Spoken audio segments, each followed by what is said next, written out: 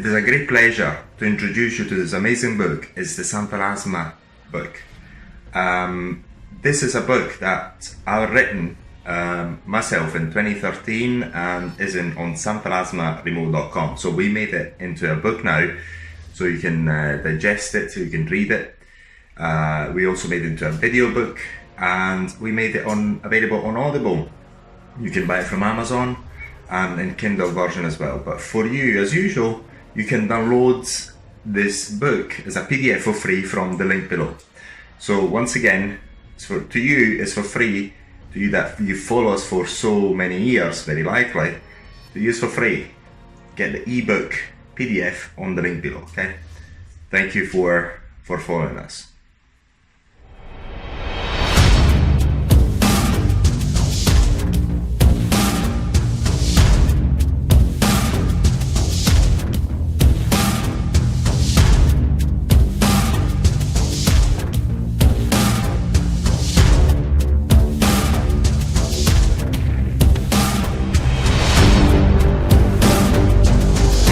Title: Xanthelasma, an aesthetic affliction of the past. Author: Andreas Russo. Written by Andreas Russo. Narrated by Andreas Russo. About the author, Andreas Russo. Andreas Russo has been the owner and managing director of Ariton Ltd. and other limited companies. He speaks English, Italian, Spanish, Portuguese and Chinese. He has great knowledge on the use of electrical arcing for the removal of xanthelasma, and he is the creator and formulator, the person who calibrated the formulation, of the XanthRemover, the Xanthelasma Home Removal Solution. He is the author of voltaicplasma.com and the First Plasma Fibroblast Bible. He is the creator of the BeautyTech Plasma Pen, the Bay Cream, the aftercare product for several types of aesthetic treatments, and more. He is also a professional property developer and investor. The origins of this book. In 2013, after publishing videos on social media about xanthelasma and xanthelasma removal, and about the use of electrical arcing for xanthelasma removal, Andreas Russo noticed a great demand for a home xanthelasma removal solution. This is because several people had xanthelasma and cosmetic clinics would charge an arm and leg for this very easy procedure. This was outrageous because xanthelasma removal is relatively inexpensive if you have the right knowledge and if you use the right methods or products. For this reason, Andreas Russo wrote the content in XanthRemover.com. The content of the website is now compiled here for you to study and absorb. Note that before XanthRemover.com there were no organized information about all the possible ways to remove xanthelasma. Because of this, also doctors and aesthetic practitioners were not well informed on the way to remove these lesions. Because of this lack of knowledge, xanthelasma removal procedures were expensive. Here you will find all about the most effective ways to remove xanthelasma. In short, the main purpose of this book is to make professionals and the public aware of all the most effective ways to remove xanthelasma, so that xanthelasma removal is not as expensive as it used to be. This book is suitable for everyone affected by xanthelasma and aesthetic practitioners wanting to learn all about the techniques available to remove them effectively. As you will see in this book, xanthelasma are very easy to remove effectively. There are many techniques available to remove them, and some of them are more costly than others, leading to different results. This book will explain in detail how each procedure is carried out, its effectiveness, and the likelihood of leaving scars.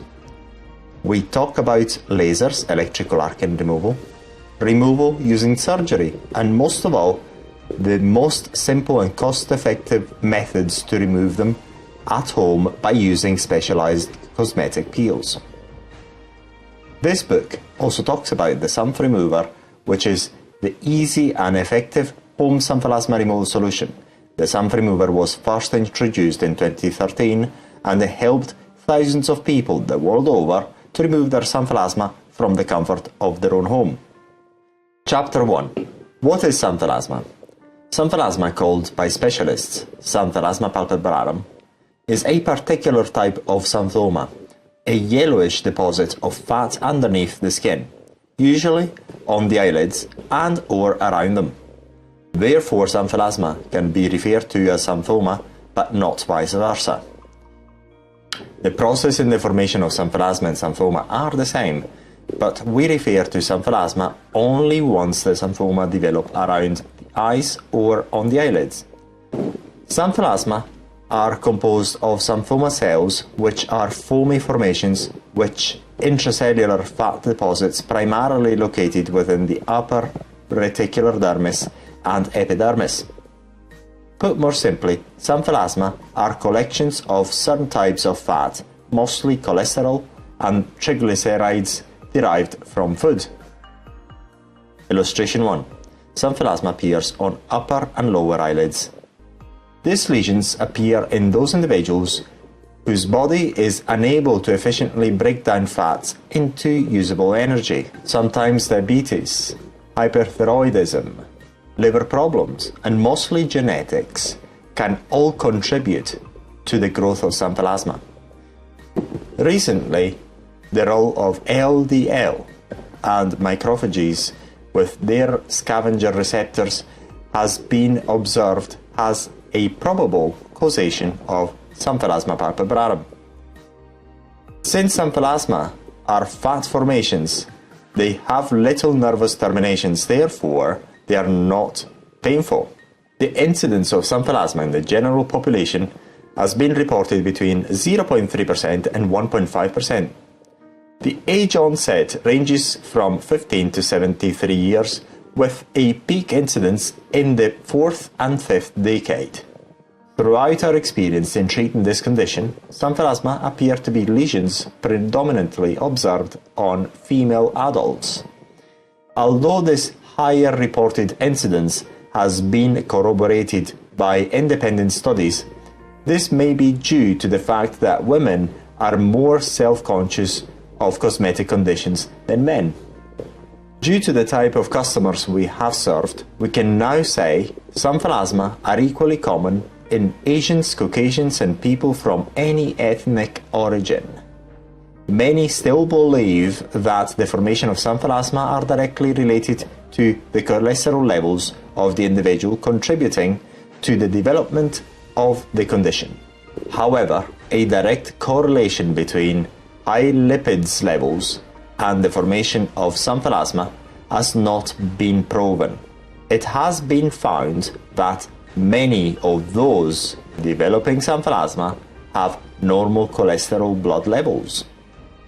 Illustration 2. Xanthelasma on upper eyelids.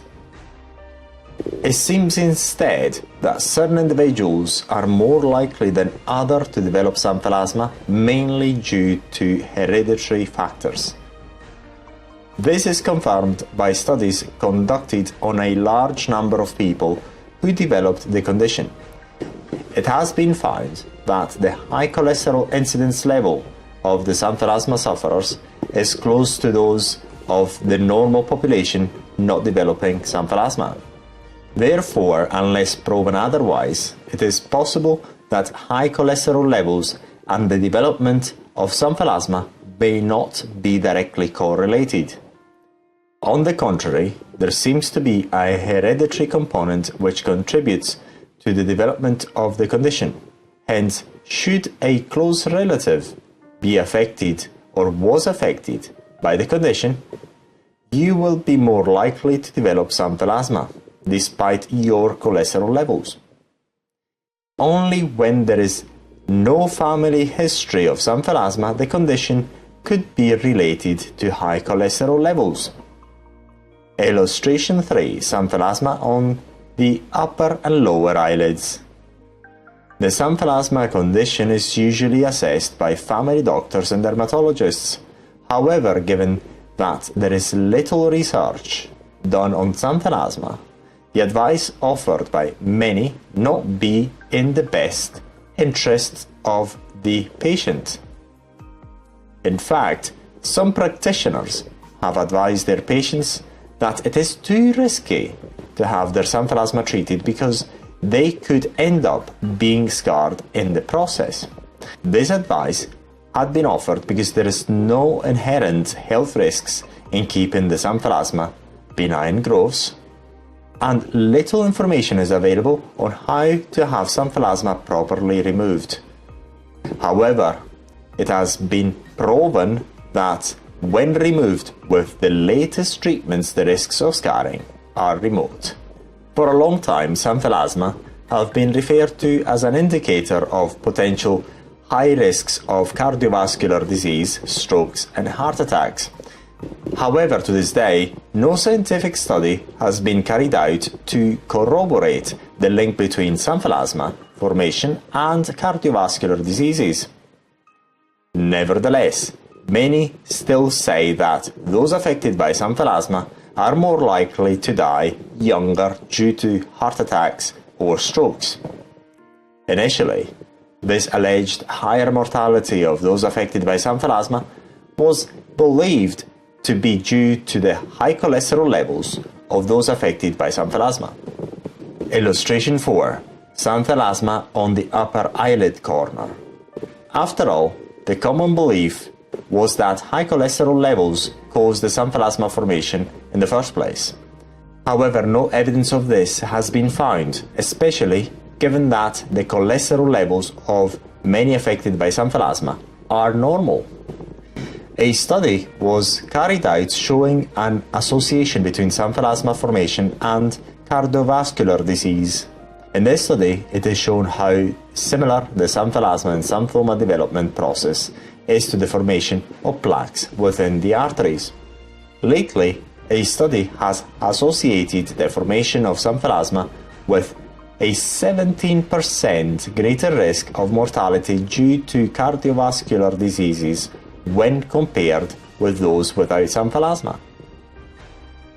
Xanthelasma appear on both eyes symmetrically in the vast majority of the cases. It has not been reported a case of xanthelasma on one eye only without the other eye being affected. However, it has been reported of people who developed xanthelasma without ever developing xanthelasma and vice versa. Although xanthelasma are skin lesions, fortunately, usually they are relatively superficial and they do not grow too deeply into the dermis. Illustration 5. Xanthelasma appears on upper and lower eyelids. Xanthelasma usually reside between the superficial part of the dermis and the epidermis in the same fashion as common warts. Therefore, the successful treatment and removal without scarring is feasible and not uncommon. Chapter 2. What is xanthoma? Xanthelasma are a particular type of xanthoma. Xanthoma can appear on any part of the human body and are addressed to as xanthelasma whenever they appear on the eyelids or around the eyelids. Illustration 6. Watch the video on xanthoma. Xanthoma are fatty growths underneath the skin. These growths can appear anywhere on the body. Basically, it is a fatty growth that starts accumulating below the skin and ultimately protrudes from the surface of the skin. Xanthoma are fatty patches inside the skin. Xanthoma can vary in size. These growths may be as small as a pinhead or as large as a grape. Illustration 7. What are xanthoma video? They often look like a flat bump under the skin and sometimes appear in yellow or orange color. These are usually not painful, however, they might be tender and itchy. They can grow in clusters in the same area or several individual growths on different parts of the body. 2.1. Where can they appear? These growths can appear anywhere on the body, but they typically form on the joints, especially the knees and elbows, hands, buttocks, feet. Xanthoma may appear as single lesions or as a cluster. It may develop on one part of the body or can affect different parts. These lesions can appear in different shapes and sizes. Some people may have a xanthoma which is as large as grapes, whereas others can have xanthoma as small as a pinhead. Usually, these lesions appear as small bumps inside the skin which may be yellow or orange color. These lesions can be itchy and may be slightly tender to the touch at times. However, mostly they are not painful at all. 2.2. What are the causes? Xanthoma is usually caused by high levels of blood lipids or fats. This may be symptom of an underlying medical condition such as hyperlipidemia or high blood cholesterol levels, diabetes, a group of diseases that causes high blood sugar levels, hypothyroidism, a condition in which the thyroid doesn't produce hormones, primary biliary cirrhosis, a disease in which the bile ducts in the liver are slowly destroyed, cholestasis, a condition in which the flow of bile from the liver slow or stops, nephrotic syndrome, a disorder that changes the blood vessels in the kidneys. Illustration 8. Xanthoma on knee. Hematologic diseases. These are genetic conditions that affect the body's ability to break down substances and to maintain important bodily functions such as digestion of fats. Cancer, a serious condition in which malignant cells grow at a rapid and controlled rate, side effect of certain medications such as tamoxifen and others. 2.3. Types of xanthoma. There are many kinds of xanthoma. Some are differentiated based on their color. Others are differentiated based on their causes, and there are some others which are differentiated based on their shape. Tuberous xanthomas. Xanthomas, like a tumor, are a collection of foamy histocytes in the dermis. They may be associated with familial or acquired disorders resulting in hyperlipidemia with no underlying medical disorders. Tuberous xanthoma form as yellow nodules and are frequently associated with hypertriglyceridemia, but they are also seen in patients with hypercholesterolemia. Illustration 9. Tuberous xanthomas. We have presented a case of multiple tuberous xanthoma in a subject with normal lipid metabolism and with no associated systemic disorders, which is an uncommon occurrence.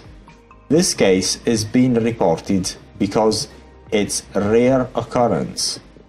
The aim of this report is to emphasize that the patient has a normal lipid profile. Causes of tuberous xanthoma. All xanthoma are primarily caused by elevated levels of fat in the blood and body. This leads to excessive deposition of fat in tissues, the production of foamy cells, and eventually xanthoma. Here, some factors are responsible for the predisposition of developing xanthoma. Obesity, elevated levels of lipids and cholesterol in the blood are responsible for this condition that result in the availability of fats for consumption by macrophages. Hypercholesterolemia, the elevated cholesterol in the blood, which leads to the deposition of cholesterol crystals in the body, which is consumed by macrophages and clustered as foamy cells and ultimately become xanthoma. Genetic diseases and familial conditions may lead to elevated levels of lipid in the blood and hence predispose to the development of tuberous xanthoma. Symptoms of tuberous xanthoma: gross deformity. The lesions can look unsightly and are a cosmetic disfigurement. In such cases, patients usually seek help. Painless. The lesions of tuberous xanthoma are not painful and usually resolve after lipid abnormalities are corrected. Hyperpigmentation. The tuberous xanthoma or plaque can lead to increased pigmentation, which causes cosmetic disfigurement. Tendinous xanthoma. Xanthoma are commonly caused by excess lipids in the body which are not metabolized correctly. Tendinous xanthoma are cholesterol deposits in tendons. They appear as enlarging papules or subcutaneous nodules attached to tendons, ligaments, fascia, and commonly affect the tendons of the dorsal surface of the hands and the Achilles tendon. Their presence is a possible clinical sign of familial hypercholesterolemia, high LDL cholesterol levels, and premature cardiovascular disease. Illustration 10. Tendinous xanthoma. As mentioned earlier, they appear as subcutaneous nodules attached to tendons or ligaments. The yellow plaques occur most commonly in the hands, feet, and calf muscles. They are primarily attached to the tendons and are commonly found in the ankle and the extension tendons of the fingers. They may be correlated with hypercholesterolemia and enhanced LDL levels. Plain xanthomas. Plain xanthomas are the flat type of xanthomas which can appear anywhere on the body. However, depending on where they grow on the body, this type of lesions grow due to certain particular causes. So depending on the location of these types of plain plaques, the possible underlying causes can be sometimes identified, but not always. Diffuse plain xanthomas. Diffuse plain xanthoma was first described by Altman and Wickelmann in 1962. It is an uncommon subtype of xanthoma characterized by diffuse plain xanthoma of the head, neck, trunk, arms, and legs. They can develop while having normal cholesterol levels. This type of xanthoma typically appear first on the neck and upper trunk. These lesions are due to a rare type of macrophage dysfunction. The defect results in the presence of an abnormal antibody in the blood called a paraprotein. This kind of xanthoma can be correlated with certain types of cancers, meaning that people with diffuse plain xanthomas can have a higher likelihood of developing cancer. This type of xanthoma can also develop on the neck, face, chest, buttocks, armpits, and groin. Illustration 11. Diffuse plain xanthomas. Eruptive xanthoma. Eruptive xanthomas are red to yellow papules appearing on large clusters over the buttocks, shoulders, arms, legs, or even the whole body. In certain cases, this xanthoma may appear in the mouth as well. Illustration 11. Detail of eruptive xanthoma. These xanthoma are usually tender and can be itchy and sometimes disappear over a few weeks. This xanthoma can be correlated with hypertriglyceridemia and also with diabetes. These xanthoma are small yellowish papules that occur in large numbers in the same area on the body, in clusters, so to speak. They are primarily found on the buttocks, but can also be found on the shoulders, legs, and arms. They develop in small crops and are an abnormal deposition of lipids in the skin. Sometimes these papules can also occur in the mouth and can look like ulcers. Another common feature of eruptive xanthoma that sets it apart from most other types of xanthoma is its ability to cause itch. These lesions can be also tender. It is therefore important to differentiate them from other skin conditions which may not be benign. To summarize, eruptive xanthoma are lesions which typically erupt in groups of small red yellowish papules. Most commonly come up on the buttocks, shoulders, legs and arms, but might develop all over the body. Benign lesions that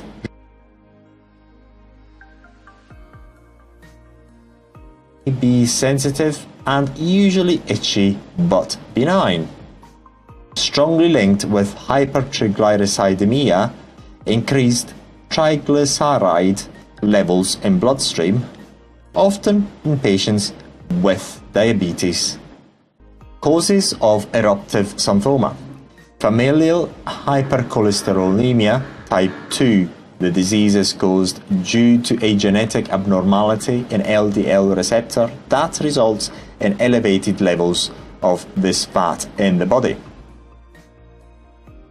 Broad beta hyperlipoproteinemia, caused due to a protein mutation that causes elevated levels of triglycerides and cholesterol, exaggerating the condition. Hypertriglyceridemia, which commonly leads to hypertension, obesity, and diabetes. Elevated levels of fat in the blood may contribute to the formation of xanthoma. Diabetes. The excessive sugar is converted into fats and the tissues are surrounded by an inflammatory reaction that is difficult to control, leading to eruptive xanthoma. Xanthoma in the Achilles tendons. Xanthoma can appear on any part of the body. They are also commonly found in the Achilles tendon. When xanthoma appear on the Achilles heel area, they are found pressing on the tendons underneath the skin. The main peculiarity of this type of xanthoma is that it grows underneath the dermis, whereas most xanthoma are found between the dermis and epidermis. When found on the Achilles tendon, this xanthoma can cause particular discomfort to the patient. The patient may request to have them removed because of the discomfort while walking and running. However, xanthoma are benign and therefore can be left untreated without compromising the longevity of the patient. Sometimes xanthoma in the Achilles heels can keep growing over time if left untreated. The only treatment known to date, apart of dietary and lifestyle changes, is surgery. Surgery for this type of condition is only advisable once the condition becomes too discomforting to the patient. This is because, despite the simple procedure required for this type of xanthoma removal, any surgery presents risks.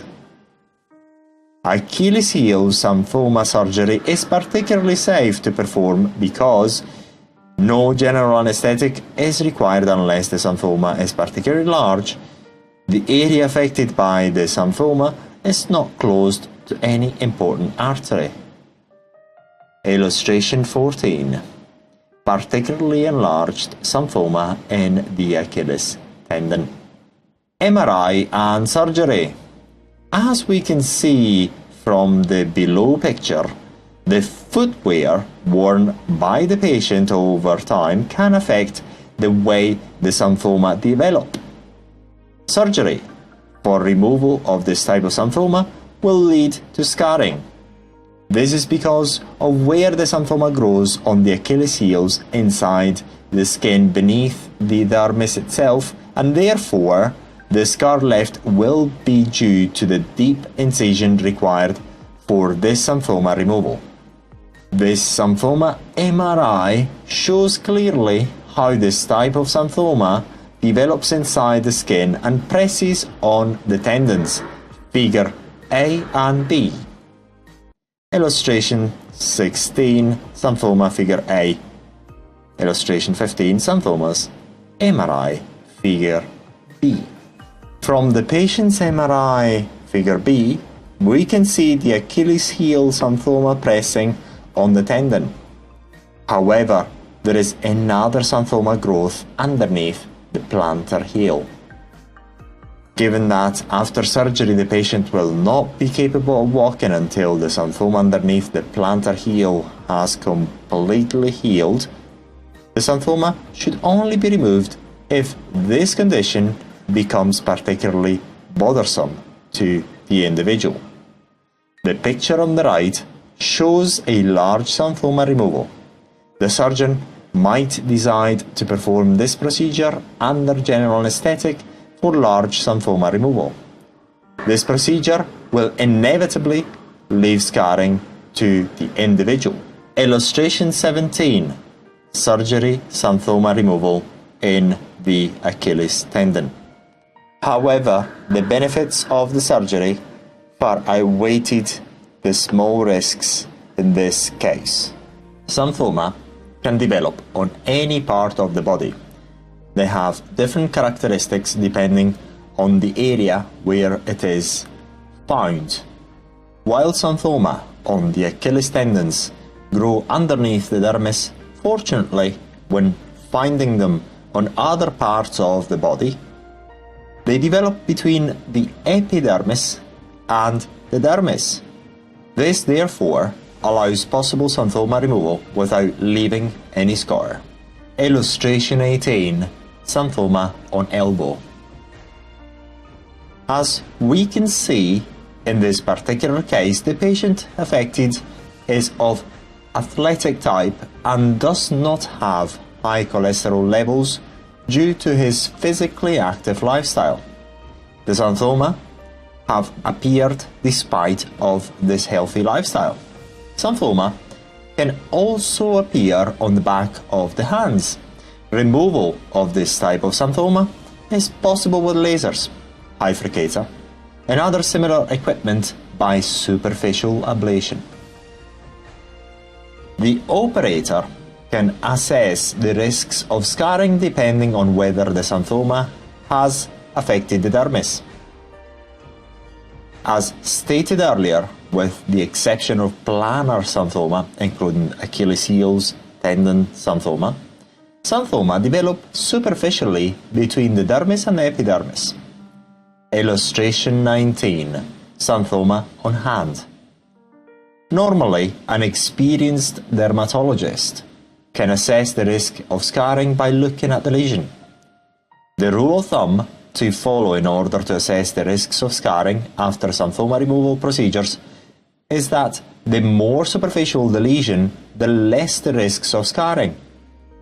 In case it is not possible to see the corrugation on the lesion, this means that the lesion could have grown deep into the skin and maybe underneath the dermis, but fortunately this is very rare.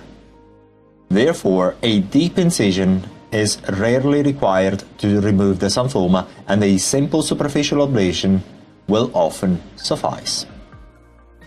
This case is not only a further demonstration that xanthoma can appear anywhere on the body, but also can be developed by individuals that are neither overweight nor have high cholesterol levels. Xanthoma removal of this type is normally successful by simply using superficial ablation. However, given the extent of the area to be treated, a number of sessions to achieve complete removal may be required. By all means, it is possible to remove all xanthoma from such a large area in a single session.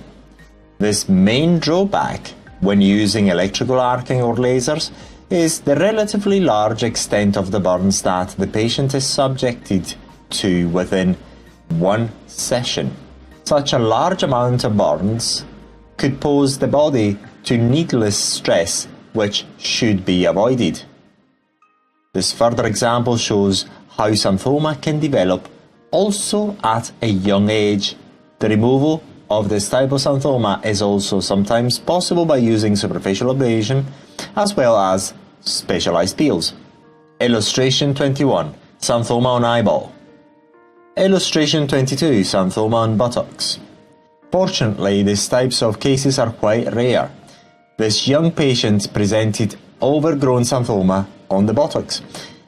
The best proposed removal solution would be conventional surgery under general anesthetic. However, an MRI would be advisable before scheduling surgery. The MRI will provide important information concerning these benign growths inside the patient's body. As we have seen, xanthoma are not only a skin condition.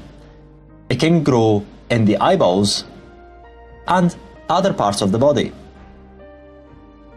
Illustration 23. Gastric xanthoma. Xanthoma can also grow on internal organs. This is a case of gastric xanthoma found by sheer chance. Of course, this type of xanthoma does not need to be removed as it will not cause any threat. The picture below clearly demonstrates that xanthoma are not a condition exclusive to us humans. Therefore, if you ever develop or you have xanthoma, you know that there is little to worry. Many people have it, and you may even not know about it. How is xanthoma diagnosed? Your doctor or dermatologist can easily diagnose xanthoma if they are trained appropriately. They may be able to make a diagnosis simply by examining your skin. A skin biopsy can confirm the presence of a fatty deposit beneath the skin. During this procedure, your doctor will remove a small sample of tissue from the growth and send it to a laboratory for analysis. Your doctor will follow up with you to discuss the results. They may also order blood tests to check blood lipids levels, assess liver function, and rule out diabetes. What causes xanthelasma? High LDL, bad cholesterol, or low HDL, good cholesterol. Inherited high cholesterol. Your doctor might call this familial hypercholesterolemia. The liver disease called primary biliary cirrhosis, which can raise cholesterol levels. Deficiency of familiar lipoprotein lipase, the enzyme that breaks down lipids. Familial hypertriglyceridemia, a genetic condition that causes people to have higher amounts of triglycerides in their blood. Familial dyslipidemia, a genetic condition that causes people to have higher amounts of lipids in their blood. Illustration 24. Cholesterol levels by age. Lifestyle factors that increase the likelihood of developing xanthelasma may include diets high in saturated fats and low in unsaturated fats, excess alcohol consumption, lack of cardiovascular exercise, weight gain, a diet low in fiber, smoking. Illustration 25. Cholesterol deposits. Who gets xanthelasma?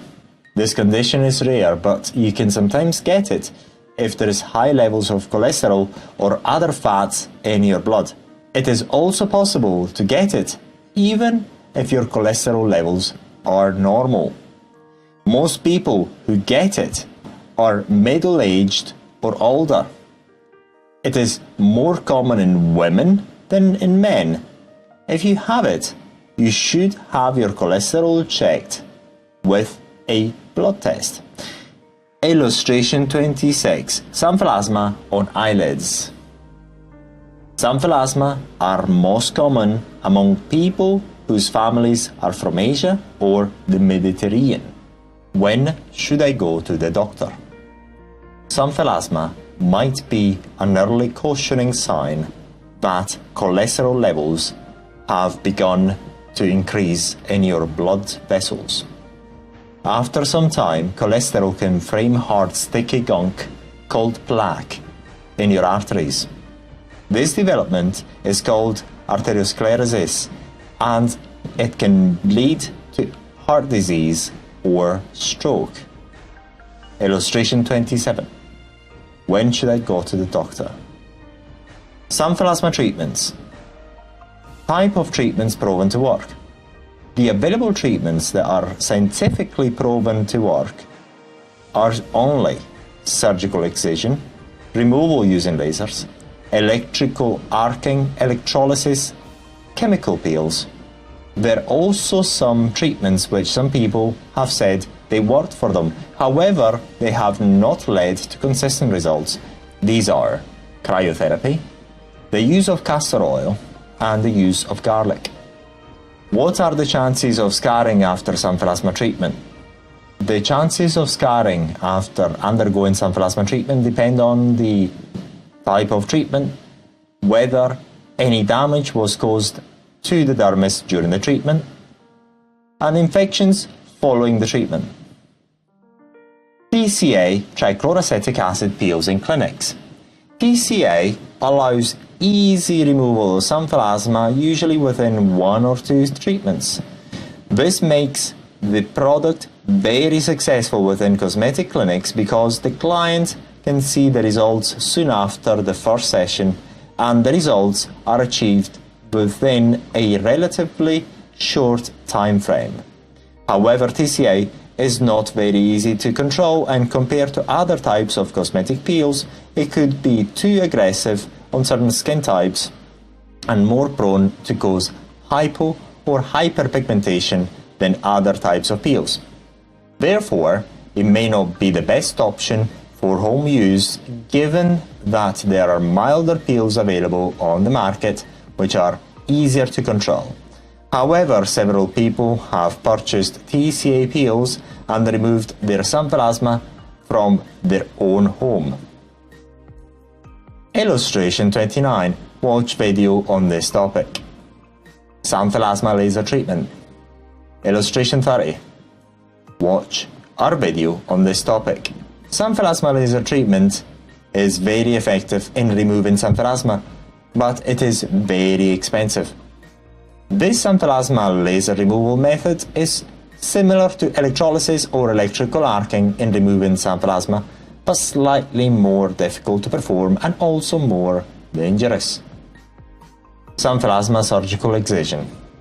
Xanthelasma excision using a scalpel. This is the oldest method of removing xanthelasma. It consists in using the same procedure used for skin cancer excision. This is a very effective procedure in removing xanthelasma within 1 session. However, it is very invasive. Bleeding will inevitably occur during the surgical procedure. The use of local anesthetic is mandatory. There are risks of infections. The procedure will almost inevitably scar the patient. This type of procedure is to be avoided due to the high chances of scarring. Given all the modern techniques available, there is no reason for this type of treatment to be used any longer. Illustration 32. Surgical excision.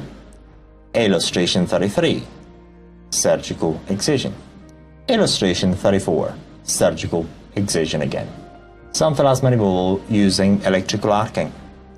Electrical arcing, also referred to as fibroblast, is one of the newest and most cost-effective ways to remove xanthelasma. This method has become more and more popular from 2015, and it has revolutionized the way to remove xanthelasma in cosmetic clinics because it is inexpensive, easy to perform, and it rarely leads to scarring. In aesthetics, besides xanthelasma removal, electrical arcing is also used for tattoo removal, skin tightening, benign mole removal, skin lesion removal, and more. Illustration 35. Watch the video on this topic. Xanthelasma removal by freezing.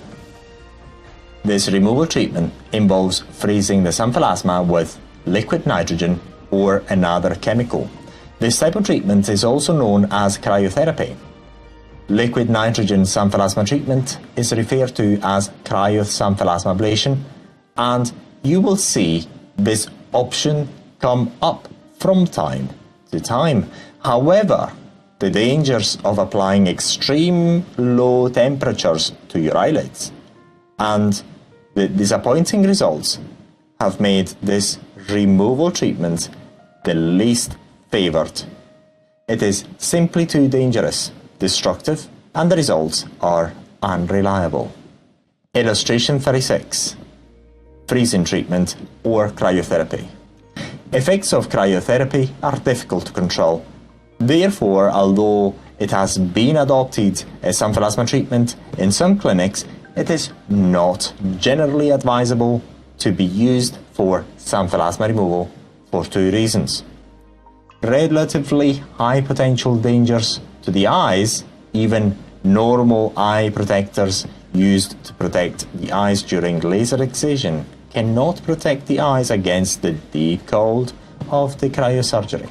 This treatment presents the highest likelihood of neither being suitable nor effective. The risks of infection after this type of procedure are very low. Xanthelasma treatment with castor oil. There are several effective ways to have xanthelasma removed. However, some people would prefer a more natural way to deal with their xanthelasma, which would lead them to consider castor oil.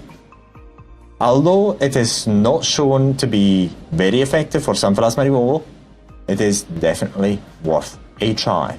Illustration 37. Castor oil. Xanthelasma garlic treatment. Garlic reduces cholesterol and blood pressure. It is not going to hurt you taking garlic in an attempt to control your xanthelasma, as it can help you lower your cholesterol levels and it has other health benefits. Garlic is a great option to improve your health and reduce the detrimental effects of increasing cholesterol levels. Illustration 38. Garlic cloves. Some people have reported the use of garlic in a certain way effective in the removal of their xanthelasma at home. However, the results are very inconsistent. DIY xanthelasma treatment. How great would it be if we had a simple, inexpensive and easy to use method to remove xanthelasma from the comfort of people's home? So we would like to make life easier and most of all safer to all the DIY enthusiasts by publishing this information, which is worth thousands when you can manage to get rid of your xanthelasma. After reading this, you should be able to go and purchase all the ingredients yourself and treat your xanthelasma. We know that by following all these steps, you are very likely to get rid of your xanthelasma without leaving any scars and laugh at all those unnecessary expensive cosmetic clinics. However, it is always recommended to seek specialist advice because all the effective treatments for xanthelasma removal require ablation.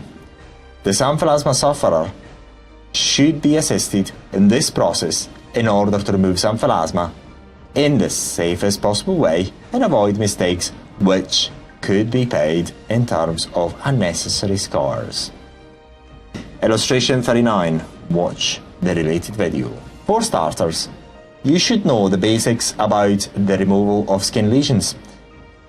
It does not matter how you will do it.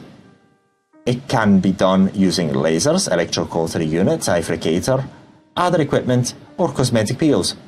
What you are trying to do is ablating, destroying the lesion, and at the same time you should make sure of two things. Despite the ablation, the dermis has to remain intact and unaffected by the treatment. No infection should develop during the healing process. But this should not be your concern because peels rarely cause an open wound. Illustration 40. Xanthelasma on upper eyelids. Taking care of these two important points ensures that the risks of scarring are minimized. As mentioned earlier, infections are very unlikely using the methods proposed. Of course, if you used a laser or scalpel yourself, you would need to take care of infections. But we hope that no DIYer would venture to that extent to remove their xanthelasma because it is not necessary. Illustration 41. Watch the related video. Have your cholesterol levels checked first. If your cholesterol is high, then you should take action to lower it. It has been reported that some xanthelasma sufferers with high cholesterol levels managed to treat their xanthelasma by simply lowering their cholesterol. In some cases, this was done by mere calorie restriction. In others, by taking cholesterol-lowering drugs.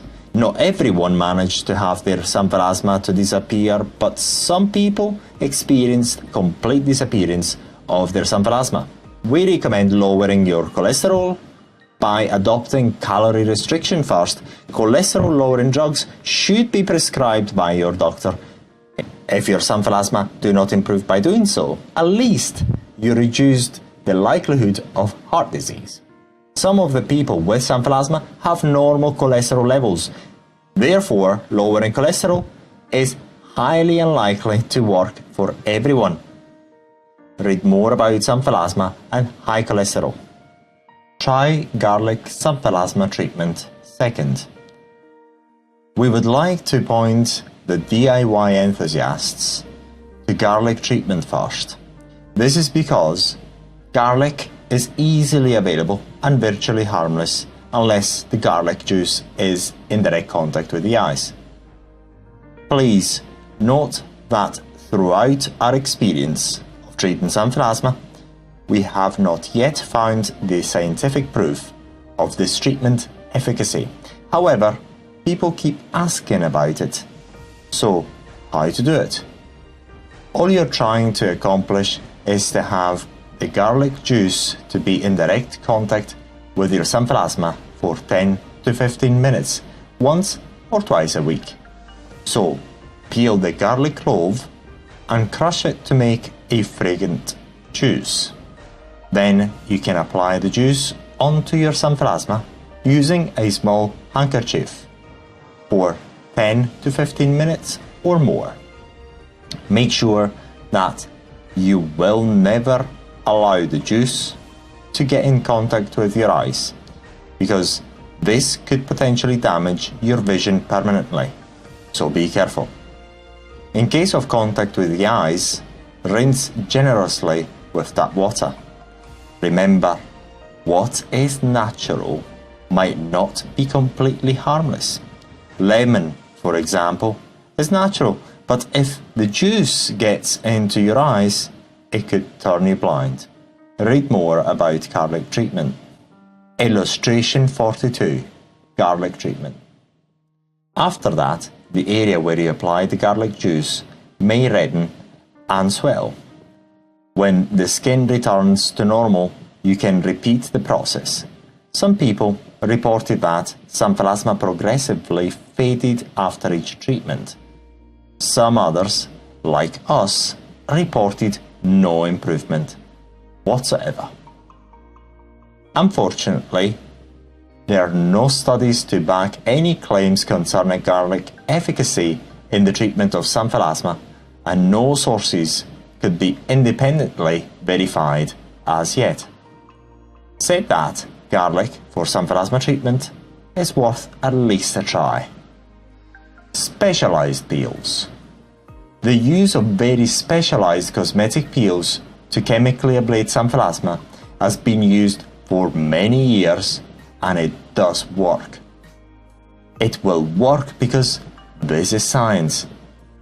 There are many research papers where scientists and researchers have used peels to remove xanthelasma. You can find the links as you read on this webpage. Remember what we said about removal of skin lesions. In order to decrease the likelihood of leaving any scar, we have to leave the dermis unaffected. Hydrochloroacetic acid has been used in clinics for a long time to successfully ablate and remove xanthelasma. There are many research papers that back up the use of this type of acids for effective removal of xanthelasma. Glycolic acid is another useful peel for a successful xanthelasma treatment and removal. Also, many other cosmetic peels are very effective in the treatment of xanthelasma. In a cosmetic clinic, the dermatologist will select the best peel based on the type of xanthelasma and type of skin.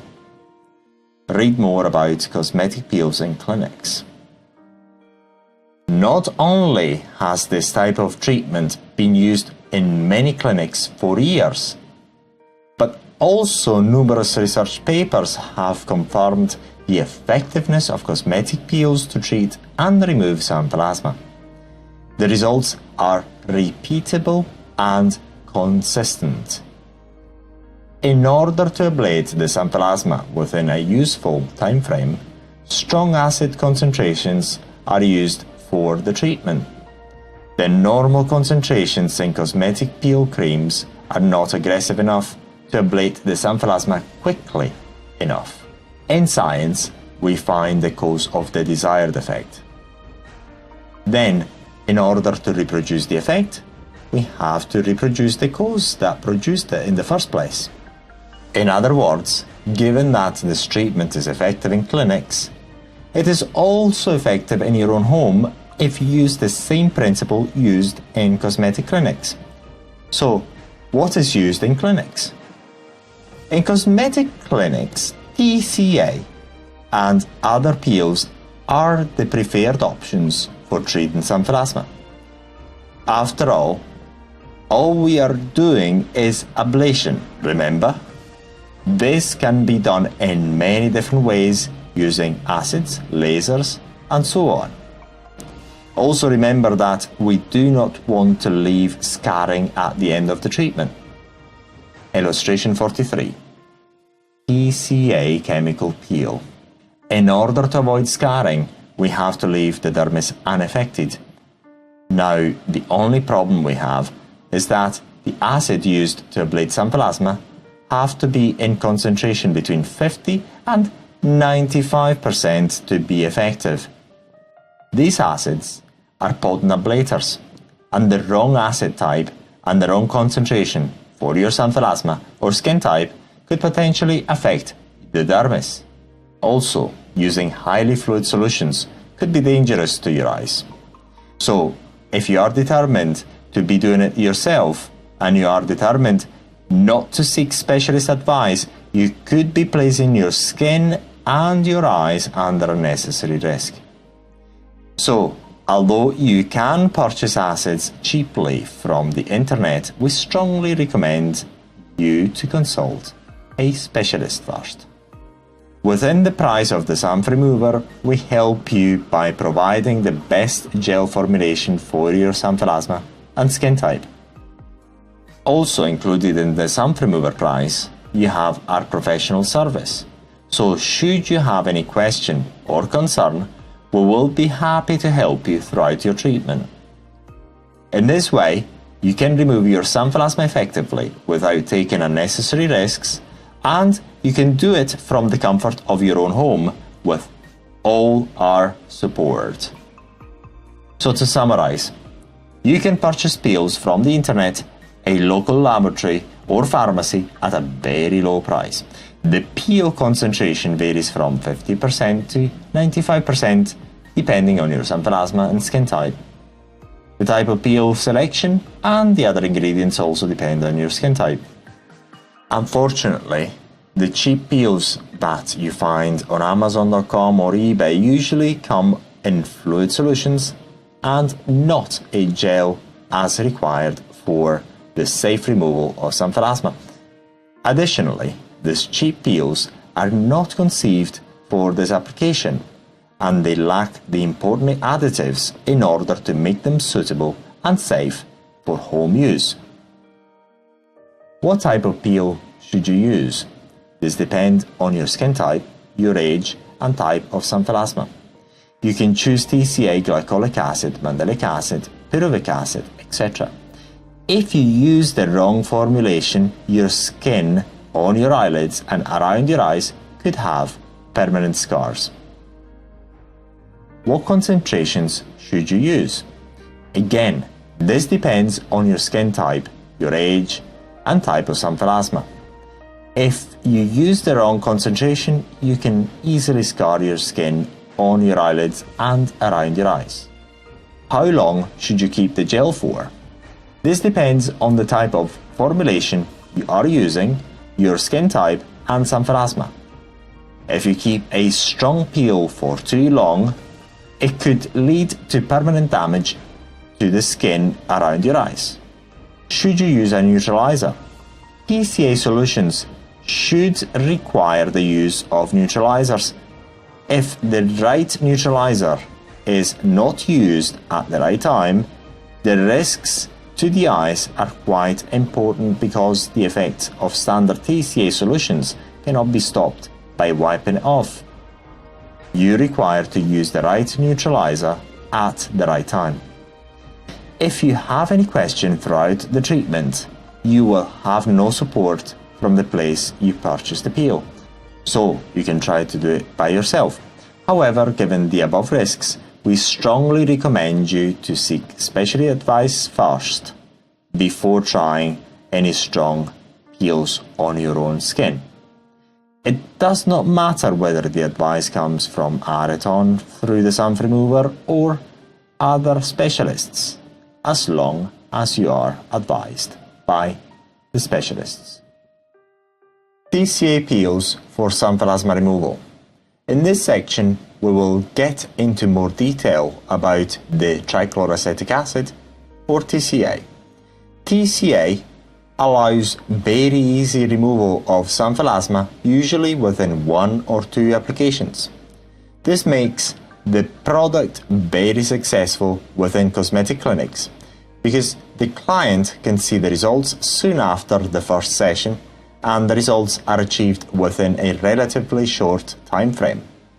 However, TCA is not very easy to control, and compared to other types of cosmetic peels, it could be too aggressive on certain skin types and more prone to cause hypo or hyperpigmentation than other types of peels.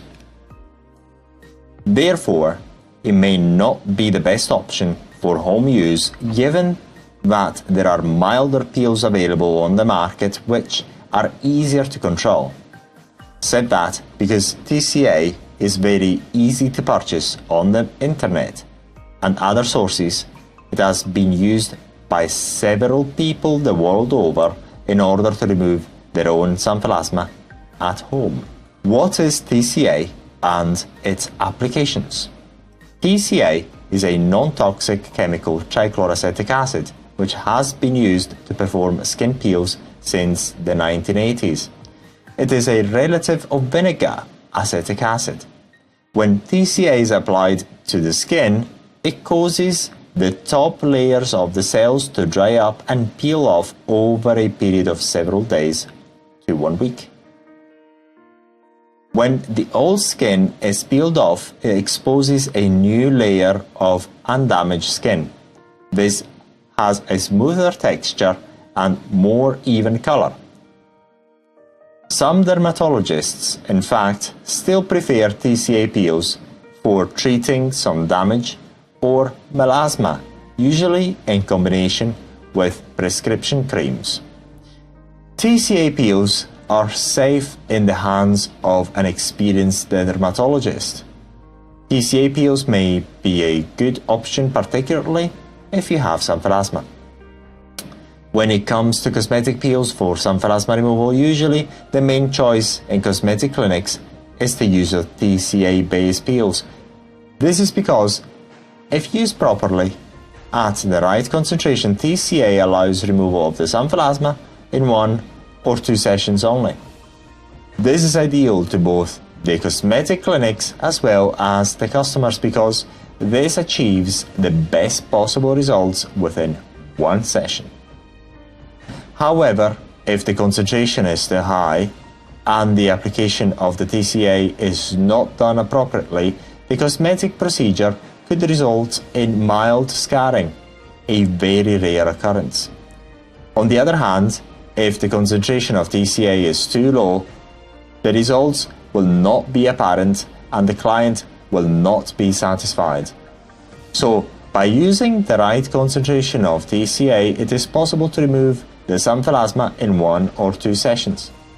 TCA is the best choice in cosmetic clinics because the results are achieved and appreciable in a short time frame and few sessions.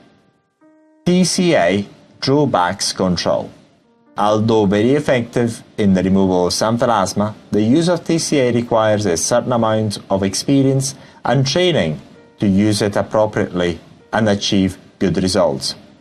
This is because TCA is very effective but not as easy to control, and for this reason neutralizers sometimes need to be used during the cosmetic procedure. The main reason for the sort of control difficulty of TCA is that it is not as easy to neutralize by using water like glycolic and mandelic acid, for example. These are some of the effects of TCA for xanthelasma removal. Excessive eyelid swelling.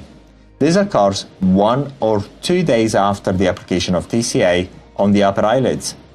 Stinging, numbness and burning of the skin. Excessive skin peeling. Redness, which can range from the color of a mild sunburn to a deeper red depending on the TCA concentration used. Crusting or scabbing of the skin due to skin cells being removed. Increased photosensitivity, sensitivity to the sun that can lead to hyperpigmentation. In some cases, when someone has sensitive skin, scarring or dermatosis, pigment problems can also potentially occur. Additionally, as stated above, TCA is not very easily controllable, and the most effective way to stop its acidity is to use a neutralizer. Please note that rinsing TCA with water and drying the area can help but will not stop the effects of TCA immediately. How do TCA peels work and what are the different depths of peel? All peels work by removing a layer of sun-damaged skin or a layer of skin. Superficial or light peels remove only the top layer, mostly the layer of dead skin called the stratum corneum. Progressing from the medium to deep peels, the layer of skin removed is greater with each increase in strength of the TCA peel solution. The stronger the TCA peel solution, the greater the risk of complications like uneven pigmentation or even scarring after xanthelasma removal. TCA peels can be performed at different skin depths from shallow to deep. Most dermatologists now are using laser technology or electrical arcing instead of deep TCA peels for xanthelasma removal. Illustration 46. TCA peels treatment on xanthelasma. Difference between TCA and glycolic acid. Illustration 47. Watch our video. Laser ablation for xanthelasma removal. Xanthelasma laser treatment is very effective in removing xanthelasma, but it is very expensive. The xanthelasma laser removal method is similar to electrolysis or electrical arcing when it comes to remove xanthelasma, but slightly more difficult to perform and also more dangerous. Laser ablation. A laser works by radiating a wavelength of high energy light. Its wavelength is measured in nanometers, nm. Lasers have many different functions in the medical and scientific field. These lasers generally work in different ways. Different manufacturers have different settings and parameters. Therefore, lasers can operate having different functionalities depending on the type of device. Laser ablation has been used to burn xanthelasma off for a number of years now. Some manufacturers claim that after xanthelasma removal, these lesions do not recur. However, this is not true, as we have had several people who reported xanthelasma recurrence after laser removal. The most common lasers used for xanthelasma removal is CO2 laser. Other types of lasers, although sometimes used for xanthelasma removal, are rarely the norm in this type of procedure. Illustration 48. Xanthelasma laser removal treatment. What is a CO2 laser? CO2 lasers are the preferred devices used in xanthelasma laser removal. This treatment is very effective due to the ablative nature of CO2 lasers. Rarely other types of lasers are used for xanthelasma removal. CO2 is considered the gold standard ablative laser. The vaporization of water within cells results in the ablation of the skin layer. Given its efficacy in removing skin lesions, a number of studies using CO2 lasers to remove xanthelasma confirm their effectiveness in removing these lesions.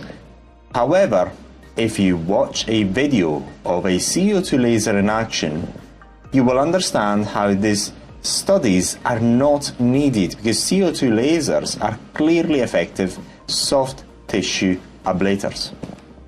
Illustration 49. CO2 laser. When used for xanthelasma removal, CO2 laser's most common functionality is the continuous mode.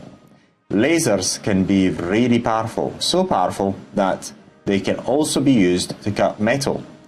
So your eyelids and plaque thickness has no real stopping power over a laser. Hence, it is highly advisable to use eyeball protectors during the laser xanthelasma removal procedure, because the high energy radiated by the laser could penetrate through the upper eyelid and cause unwanted injuries to the eyes. Freezing xanthelasma treatment. This removal treatment involves freezing the xanthelasma with liquid nitrogen or another chemical. This is also known as cryotherapy.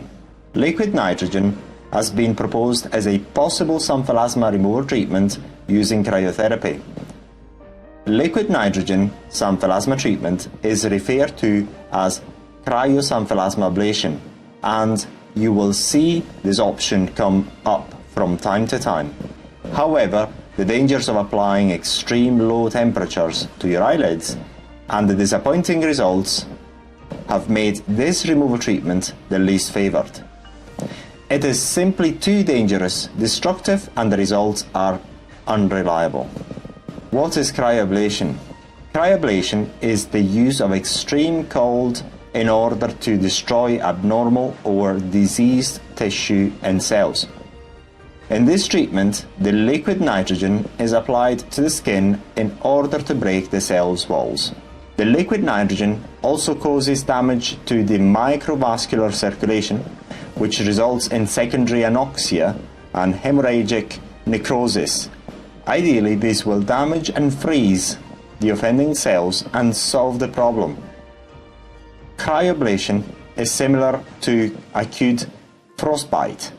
Due to its deep cold delivery and dramatic results, this form of skin treatment is the best for large areas of the skin and can be beneficial for wrinkle control and skin resurfacing. As a treatment option for xanthelasma, it is far more dangerous, and the negatives greatly outweigh the positives.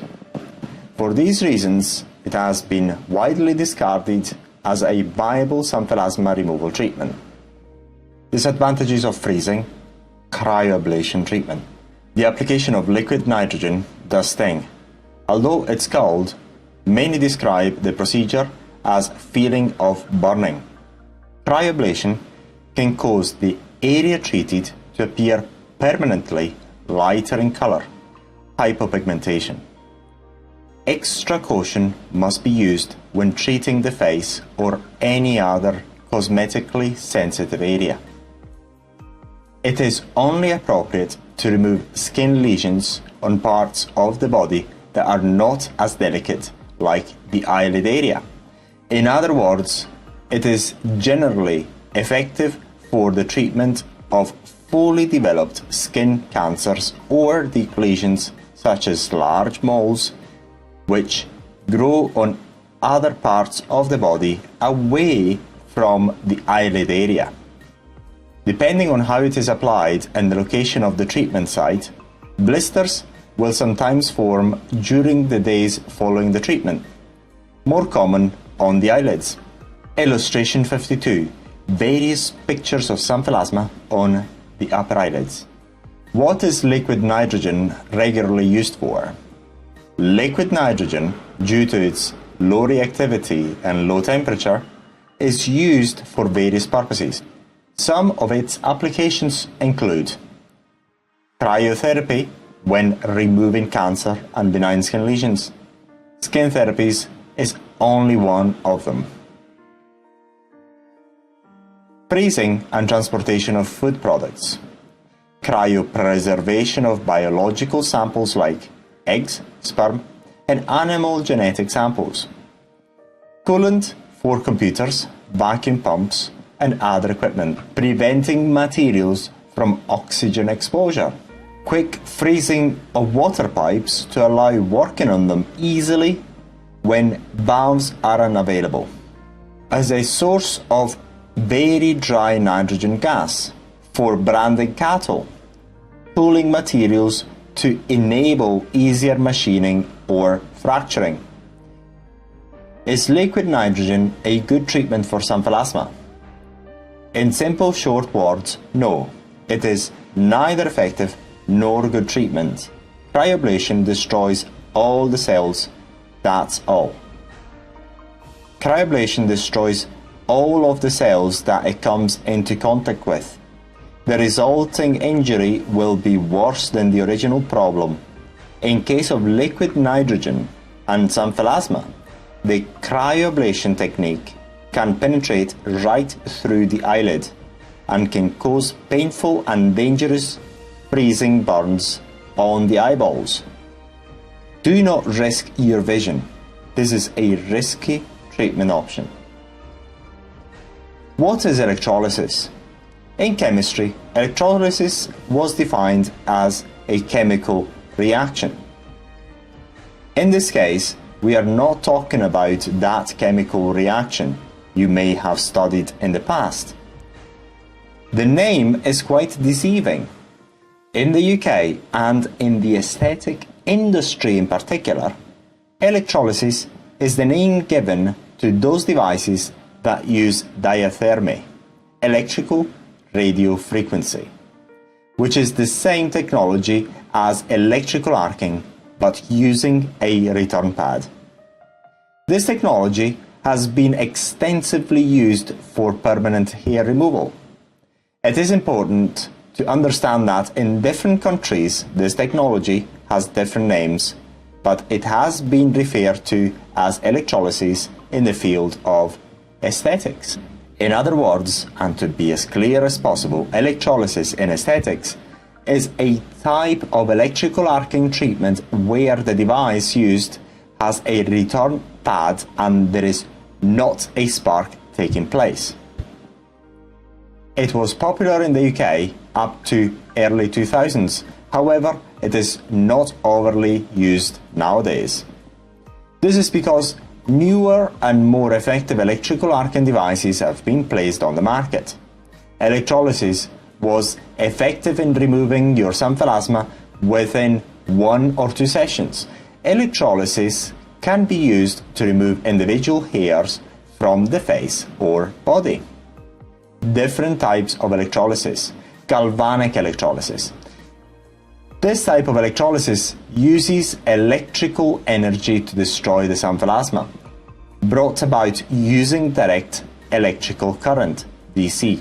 The needle of the instrument is inserted into the hair follicle and a small electrical discharge is administered. When the needle is inserted, the electricity that comes down the needle causes the hair follicle to die. Illustration 53. Old electrolysis device. Thermolysis. It is performed in a very similar way to galvanic electrolysis, but instead of an electrical current, the needle delivers radio energy at a designated high frequency.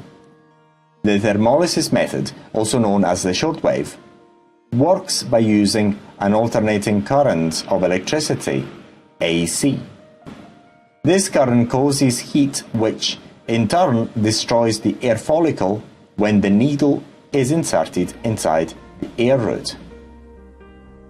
Blend electrolysis. Blend electrolysis, also called dual action method, is the combination and simultaneous use of galvanic and thermolysis techniques.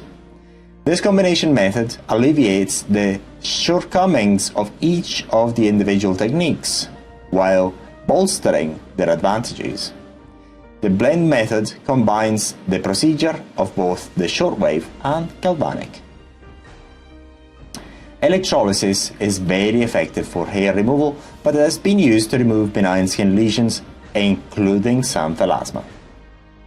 Electrolysis side effects: mild blisters, mild inflammation, mild swelling, irritation, pigmentation changes, usually light patches on darker skin, immediate redness which will fade away over time. Is electrolysis effective? While electrolysis is listed as a potential treatment for xanthelasma, it is a real effective solution which can actually remove your xanthelasma. In order to use electrolysis for xanthelasma treatment, a practitioner places the device's tip or needle into your xanthelasma and then heats the needle up, repeating this process up to 15 minutes. At this point, the cautery aspect of the treatment makes the plaque appear shriveled and scorched. While it may look like it is retreating, the xanthelasma will not go away so easily, and the treatment may be required to be repeated a couple of times in total. Garlic solutions. Garlic reduces cholesterol and blood pressure. It is not going to hurt you taking garlic in an attempt to control your xanthelasma, as it is able to help you lower your cholesterol levels, and it has other health benefits. It is a great option to improve your health and reduce the detrimental effects of an increasing cholesterol level. Can garlic affect your xanthelasma? Some people suggest rubbing your xanthelasma with a garlic clove, and it may be of some benefit to your xanthelasma. Garlic contains two key components: allicin, a sulfur-rich amino acid, and allinase, a protein-based enzyme. Many people accept garlic is a great ingredient to many recipes. Garlic may be of little benefit to some xanthelasma patients and have many benefits to others. In short, garlic may not remove your xanthelasma reliably. In general, you cannot count on garlic to remove your xanthelasma. Garlic, however, is worth taking to control your cholesterol levels and potentially help you with your other health issues that xanthelasma might result from.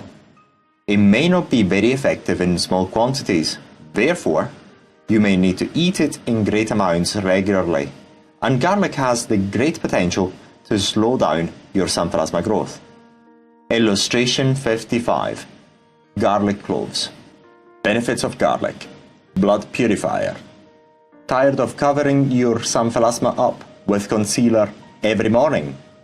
It's time to tackle the root cause of your Xanthelasma by purifying your blood from the inside to get healthy skin on the outside. Take 2 cloves of raw garlic with some warm water every day early in the morning and drink a lot of water the entire day. This may not remove your Xanthelasma, but it can help. Cold and flu. Garlic is going to provide you relief from that stubborn cold and flu.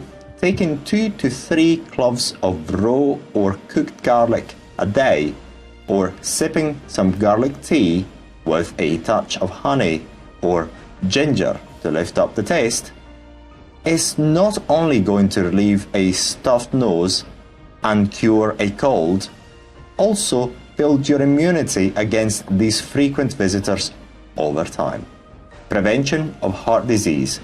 Eating garlic on a daily basis in food or raw helps lower cholesterol levels because of the antioxidant properties of allicin.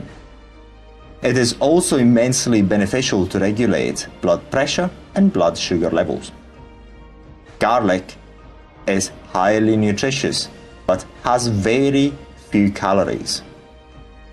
Garlic improves cholesterol levels, which may lower the risk of heart disease. Antibacterial and antiparasitic.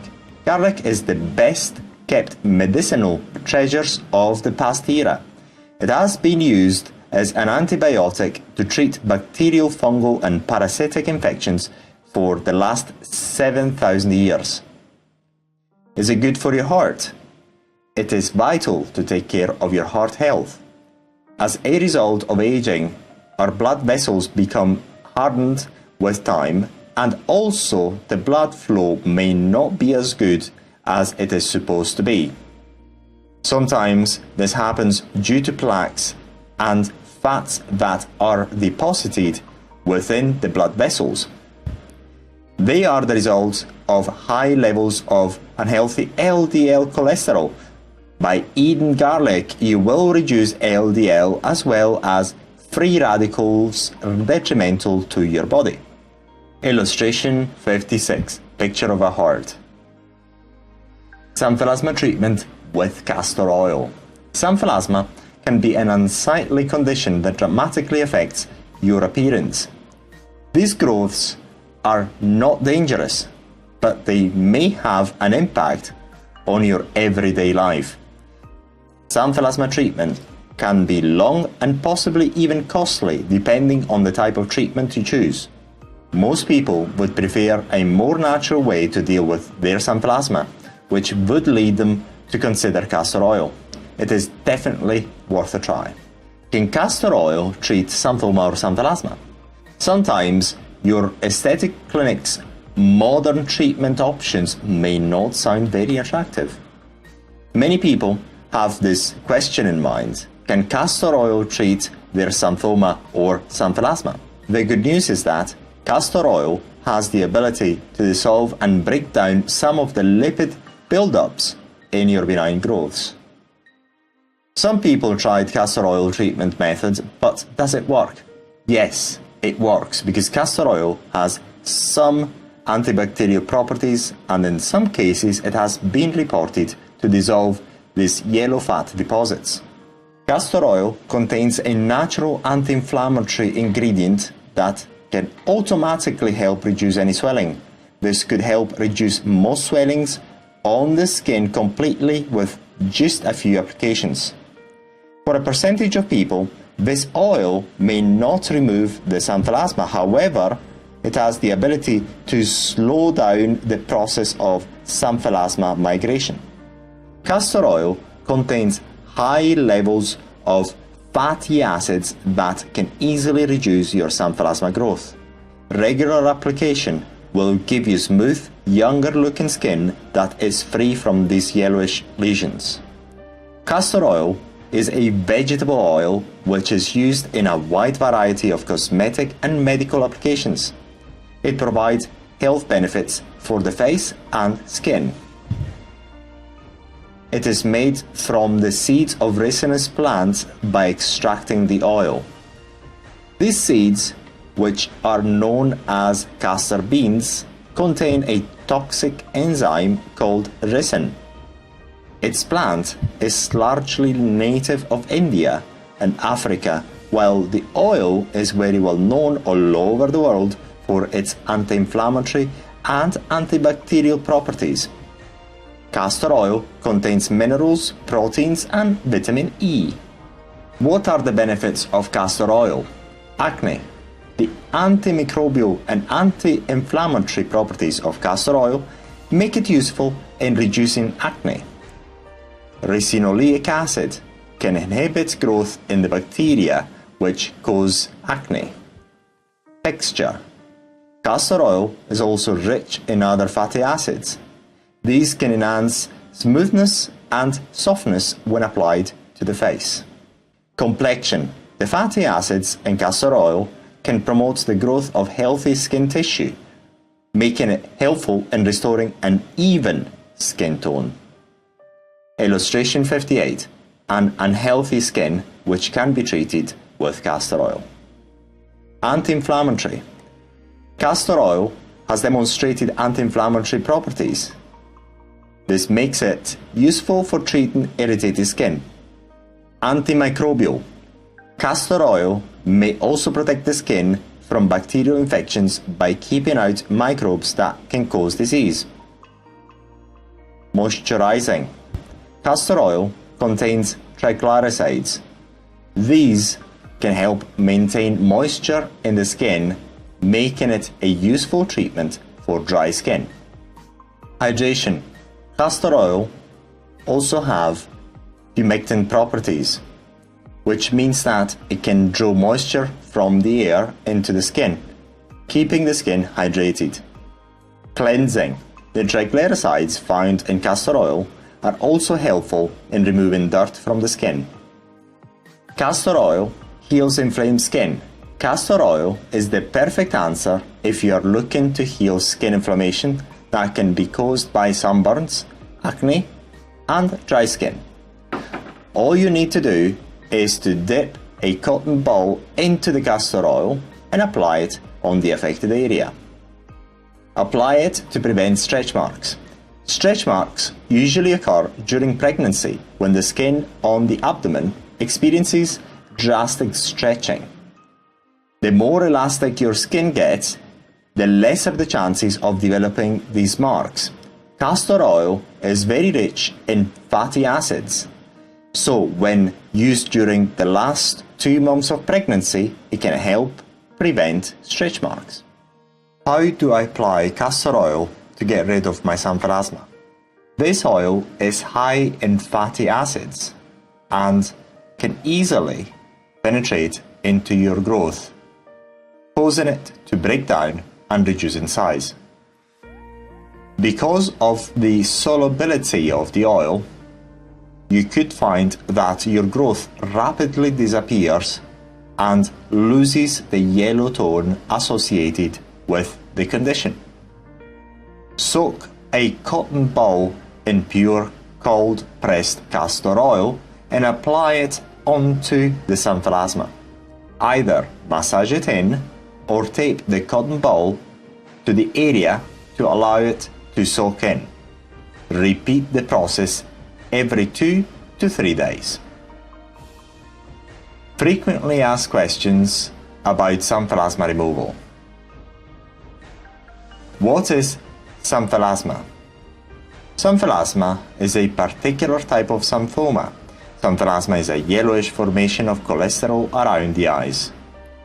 Since these are cholesterol formations, they have no nervous terminations, therefore, they are not painful to touch. However, during removal with lasers or similar equipment, the patient may feel pain due to the transferred heat to the surrounding healthy skin around the xanthelasma. Some devices are capable of removing xanthelasma without the need of anesthetic, i.e. the Beauty by Araton. Will I be left with scars after being treated for xanthelasma removal with surgical excision? Scar formations are very much dependent on the level of precision of the equipment used, the ability of the practitioner. Generally, scars are likely after excision, in case the area treated has become infected or the dermis has been damaged during the excision. Manual excision using a traditional scalpel is the procedure that is the most likely to cause scarring to the patient. In the majority of cases treated with surgical lasers, beauty tech, hyfrecator, or electrocautery units used in fulguration mode, no scars have been left after healing. The few cases of scarring reported have been mainly due to laser misuse, which caused considerable damage to the dermis, subsequent infection of the part after excision. Therefore, no makeup must be used after any of these procedures to avoid unnecessary complications. If I decide to have my xanthelasma surgically excised, will I need anesthetic? Some new surgical lasers operate at particular wavelengths which do not transfer enough heat to the surrounding healthy skin to cause severe pain during the treatment. However, with most conventional surgical lasers, the pain caused during xanthelasma excision could be so severe that local anesthetic becomes strictly necessary.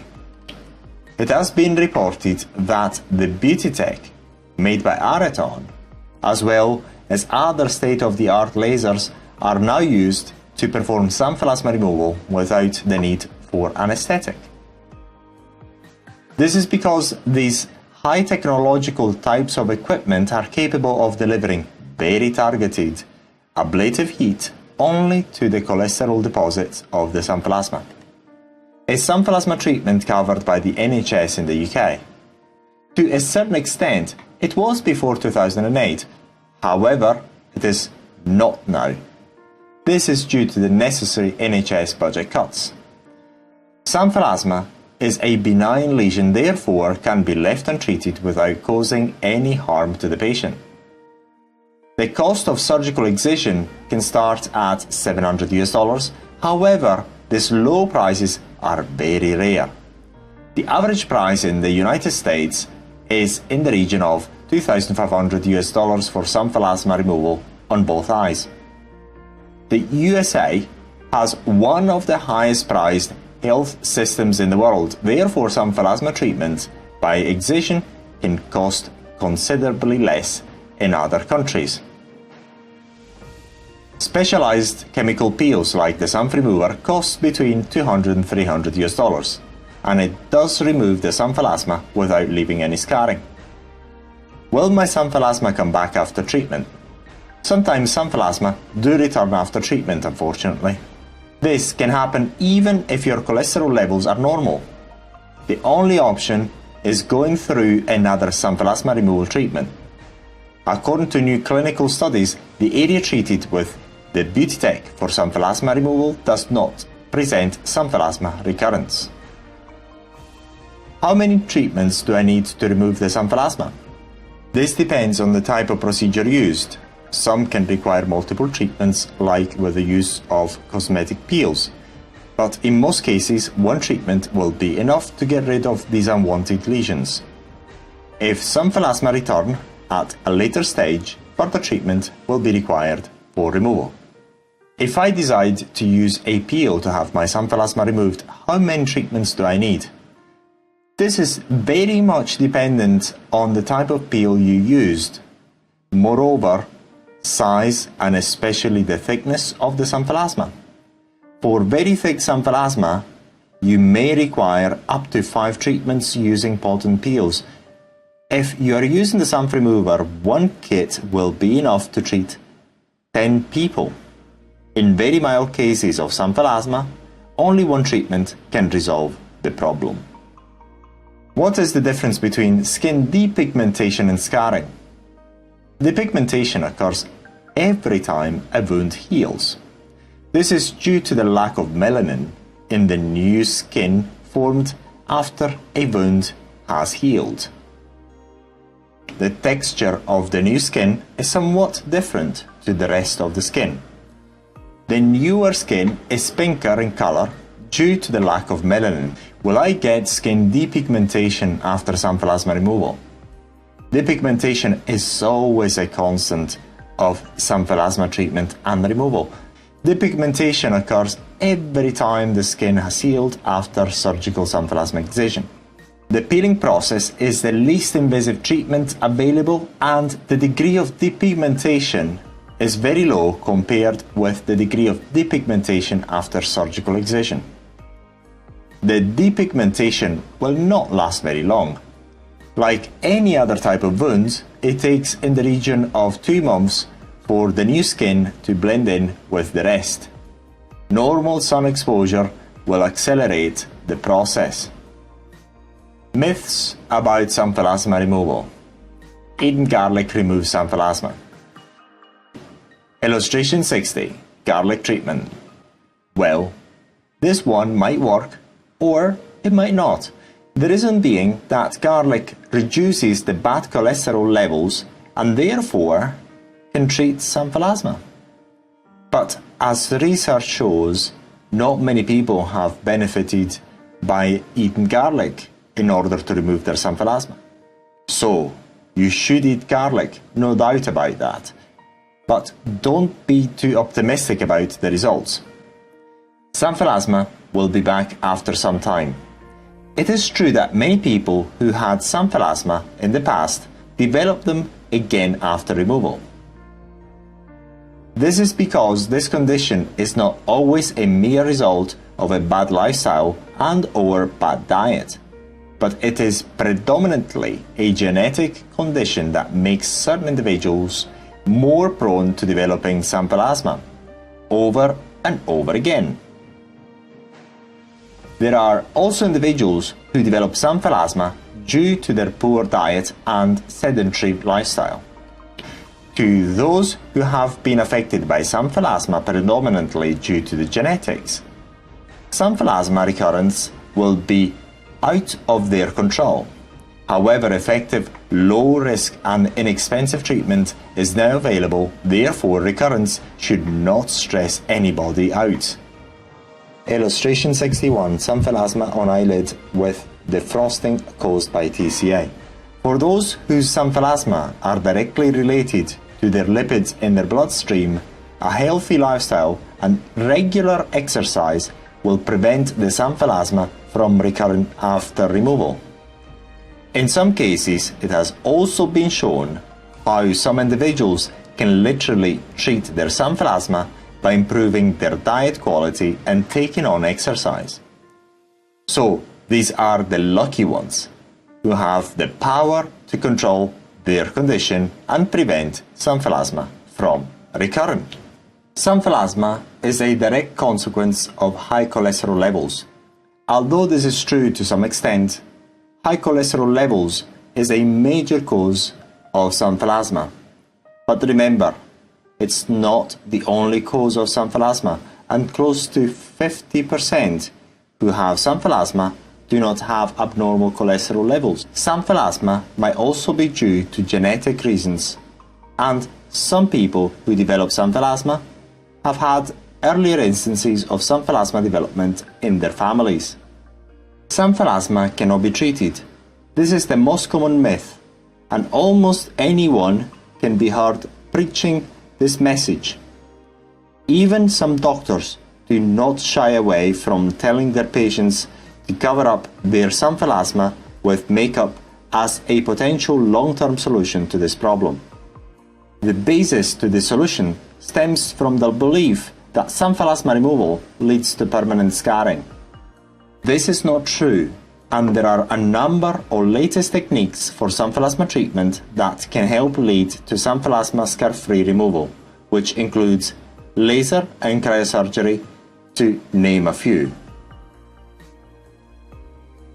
You have to live with xanthelasma and cover them up.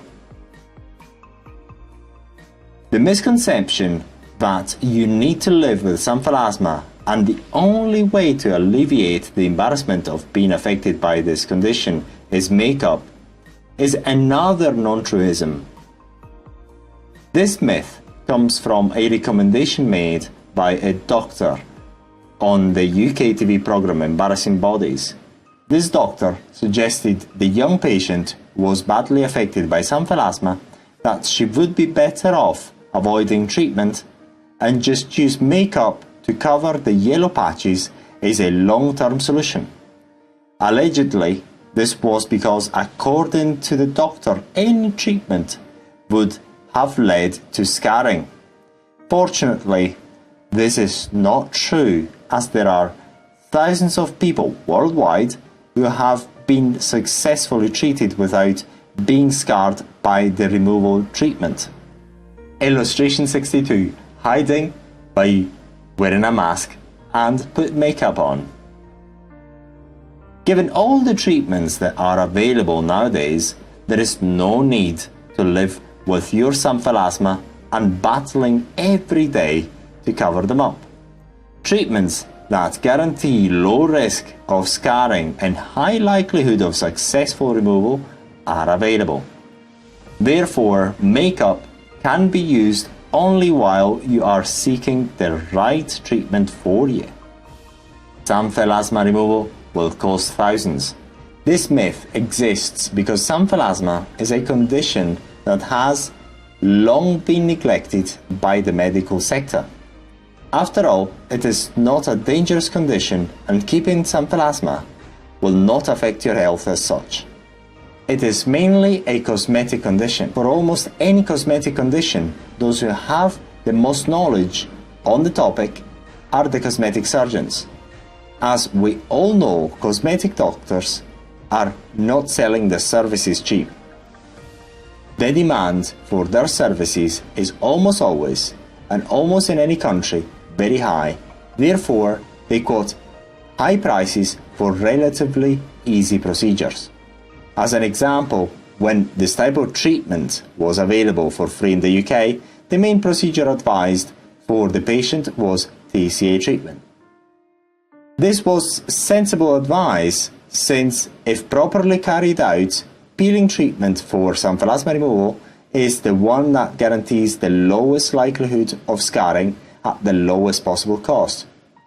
Therefore, in the UK, many thousands of individuals had their xanthelasma removed for free using peels on the NHS.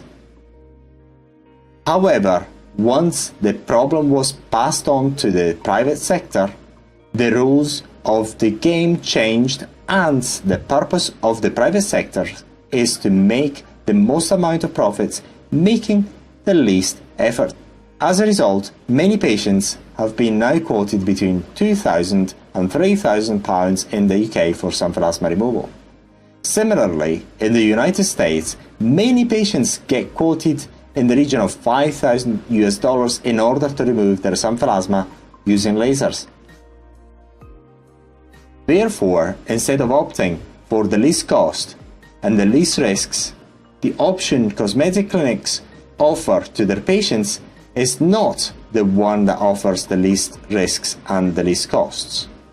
If I have xanthelasma, I am more likely to die younger of heart-related diseases.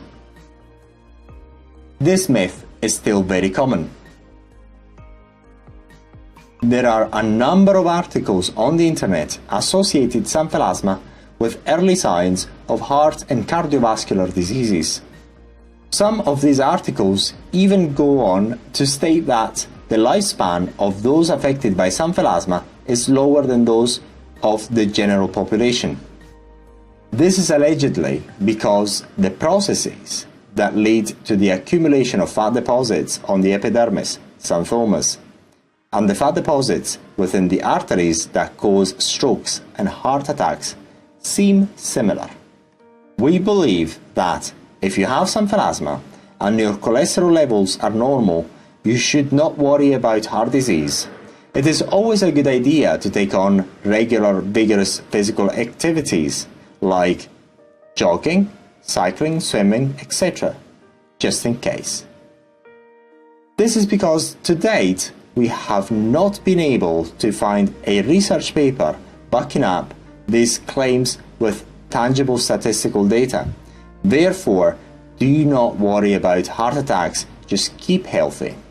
Xanthelasma and heart attacks have not been scientifically linked, but stress and worry have been scientifically linked to heart disease.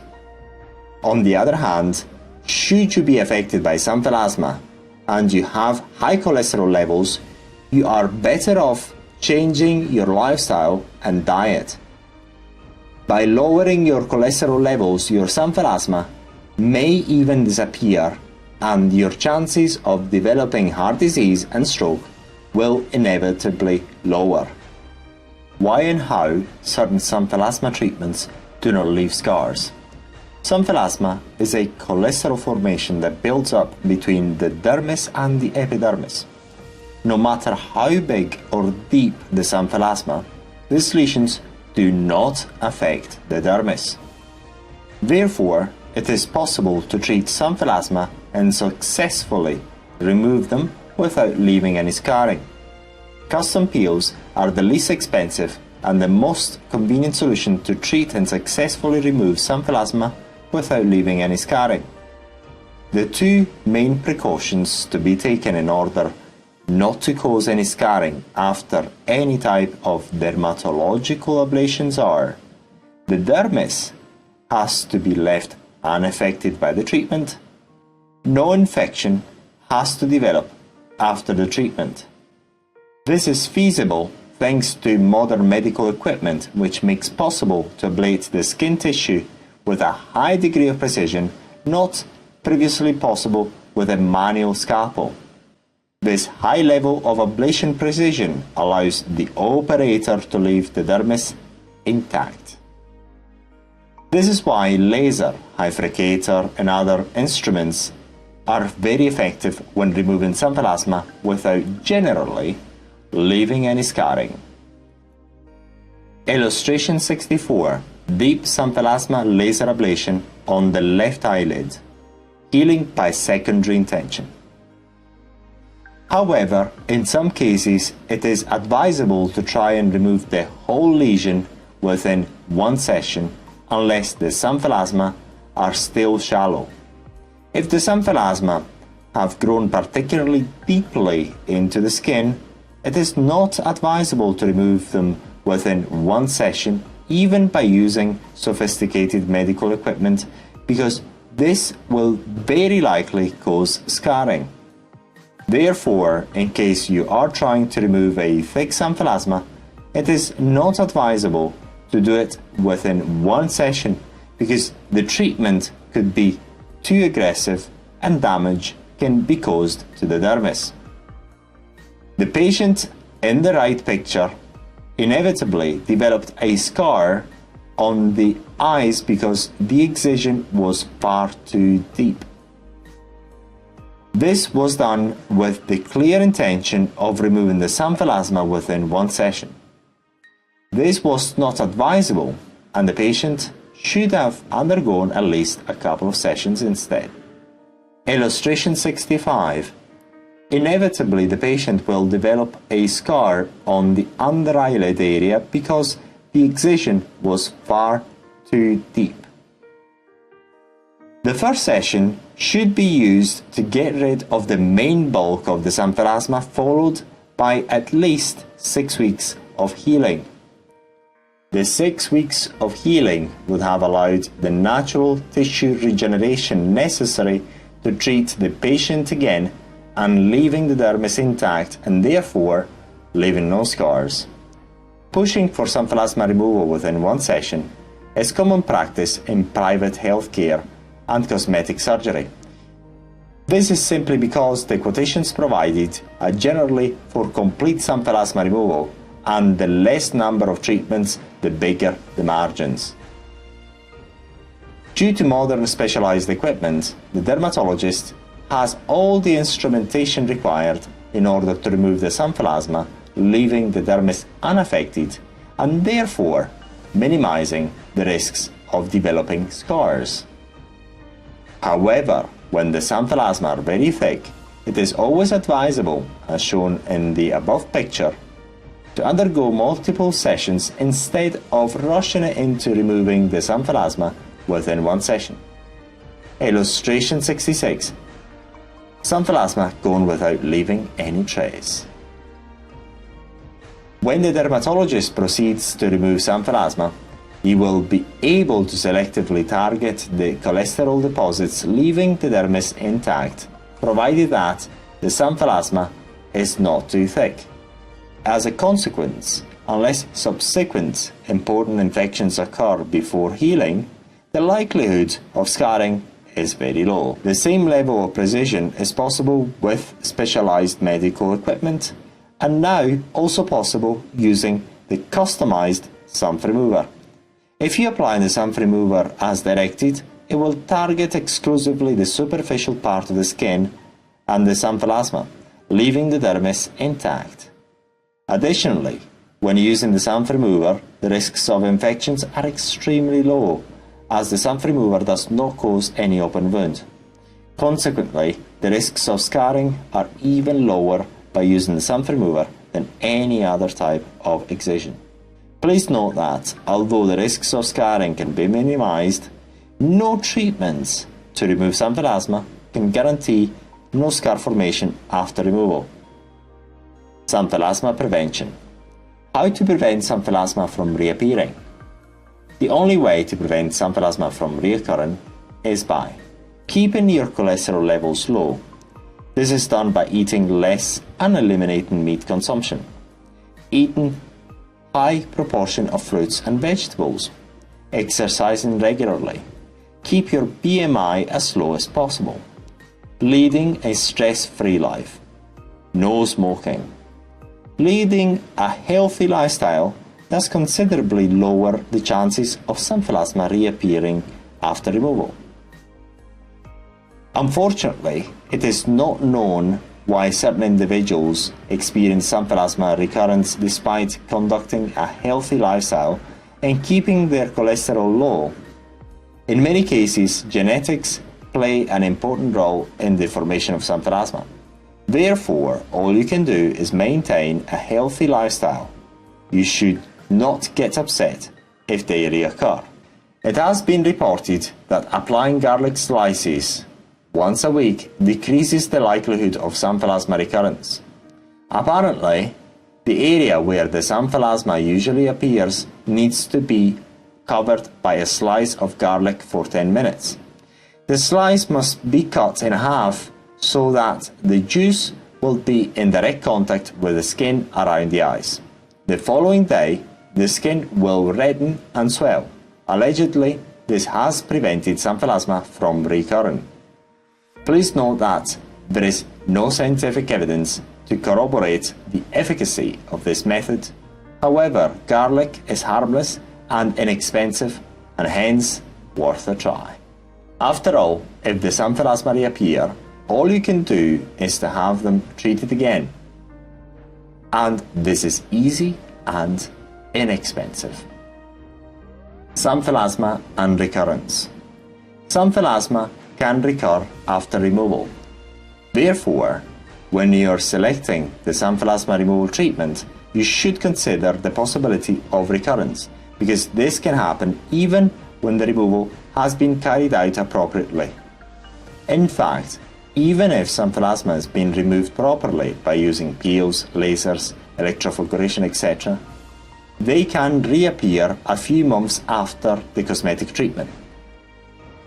According to a published study, the recurrence rate measured 2 months after treatment was nearly 15% of the total number of people who underwent removal with a CO2 cosmetic laser. The recurrence rate is expected to increase 6 months to a year after removal. Recurrence is an issue in xanthelasma removal. Unfortunately, we cannot be sure that once it's removed, the xanthelasma will not reappear. Looking at the causality of xanthelasma, this appears to be familial.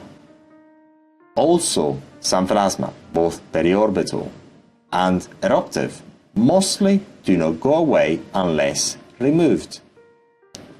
Xanthelasma removal can be very frustrating due to the recurrence rate. The study shows that after 2 months of CO2 laser treatment, meaning removal by laser ablation, for periorbital xanthelasma, nearly 15% showed no improvement. Illustration 67, Xanthelasma on upper eyelid. This means that despite the complete ablation of the Xanthelasma 2 months later after Xanthelasma returned in 15% of the total cases in the study, a further study goes into the investigation of Xanthelasma recurrence after removal treatment. In this study, it is assumed that the recurrence rate increases 2 months after removal. In other words, if, for example, the recurrence rate is found to be 15% after 2 months, this percentage rate could increase after 6 months or 1 year. Remember that, in any case, there is no guarantee that after complete removal, the Xanthelasma will not recur. For this reason, some of those who undergo Xanthelasma treatment may require to undergo further sessions, as these unsightly lesions may reappear at a later stage. XanthRemover. The XanthRemover is the most effective, one of the safest and most inexpensive Xanthelasma removal solution. Many people around the world have now removed their Xanthelasma by using the XanthRemover. The XanthRemover is safe. It is developed in a gel-like consistency to avoid drips. It is an amazing cosmetic peel which does not burn like any other glycolic-based peel. It delivers the depth of peeling you want depending on the timing of the application. The longer you keep it on, the deeper the peeling effects. It is manufactured, packaged, and labeled by an ISO 22716-2008 laboratory. It is a cosmetic peel made to remove Xanthelasma. It is not a medication.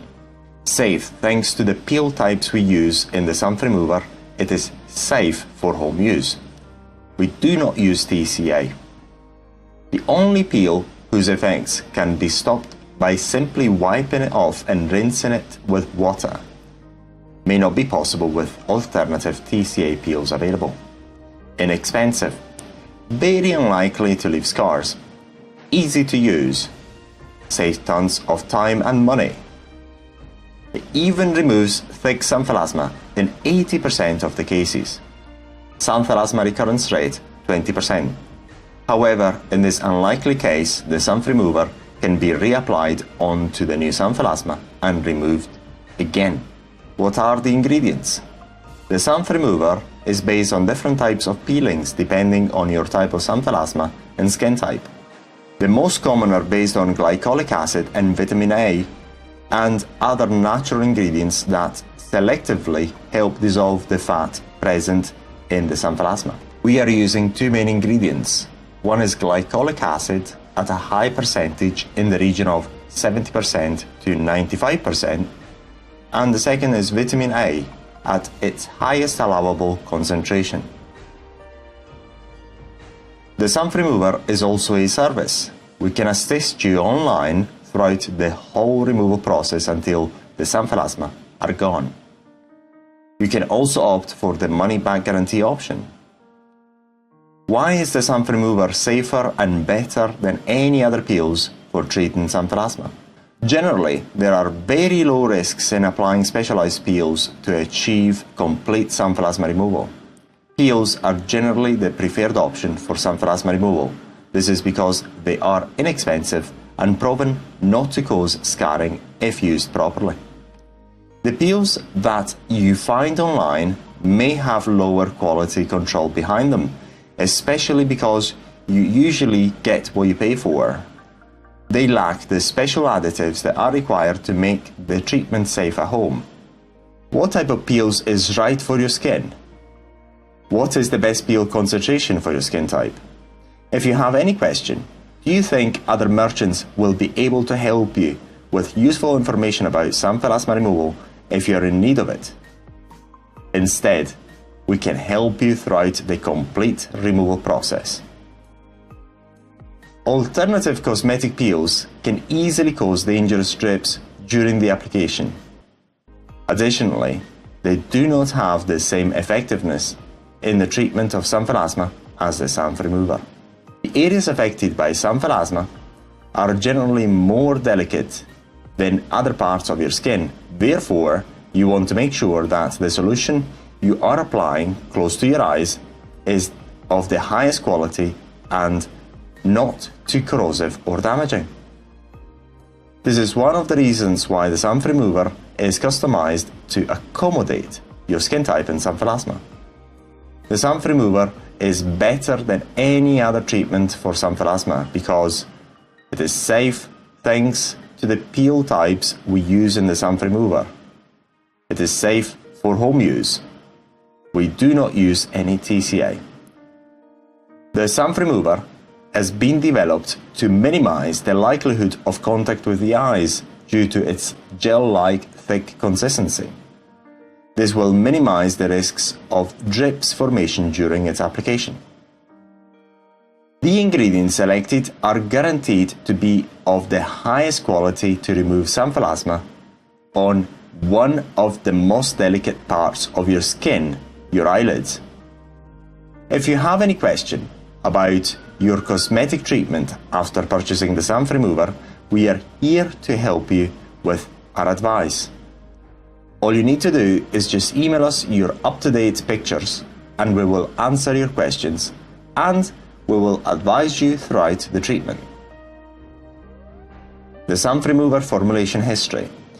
Initially, we used TCA in our XanthRemover, but very soon we found an issue with that.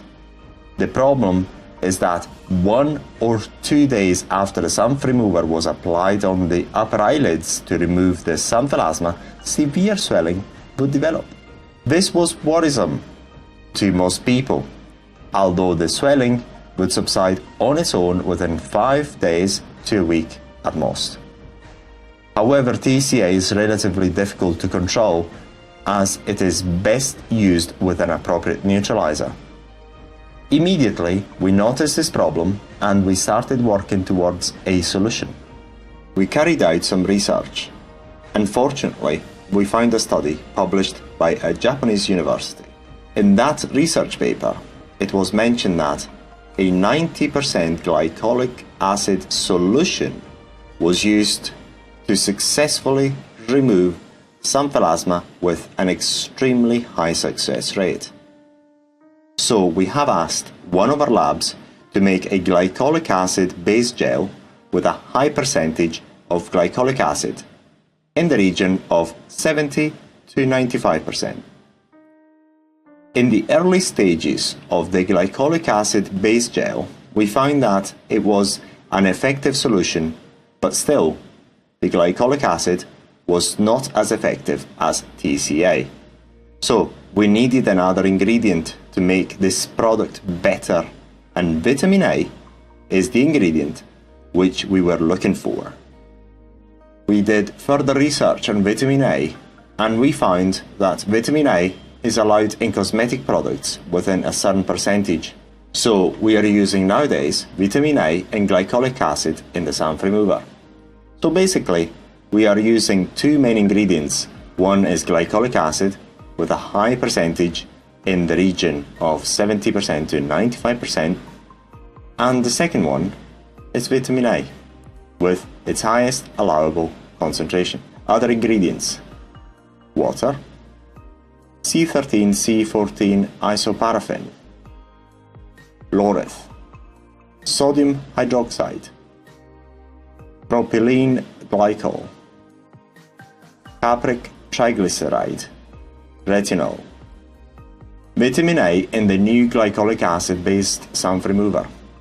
On top of the great results of glycolic acid-based XanthRemover, we wanted to make the product even more effective in removing your xanthelasma.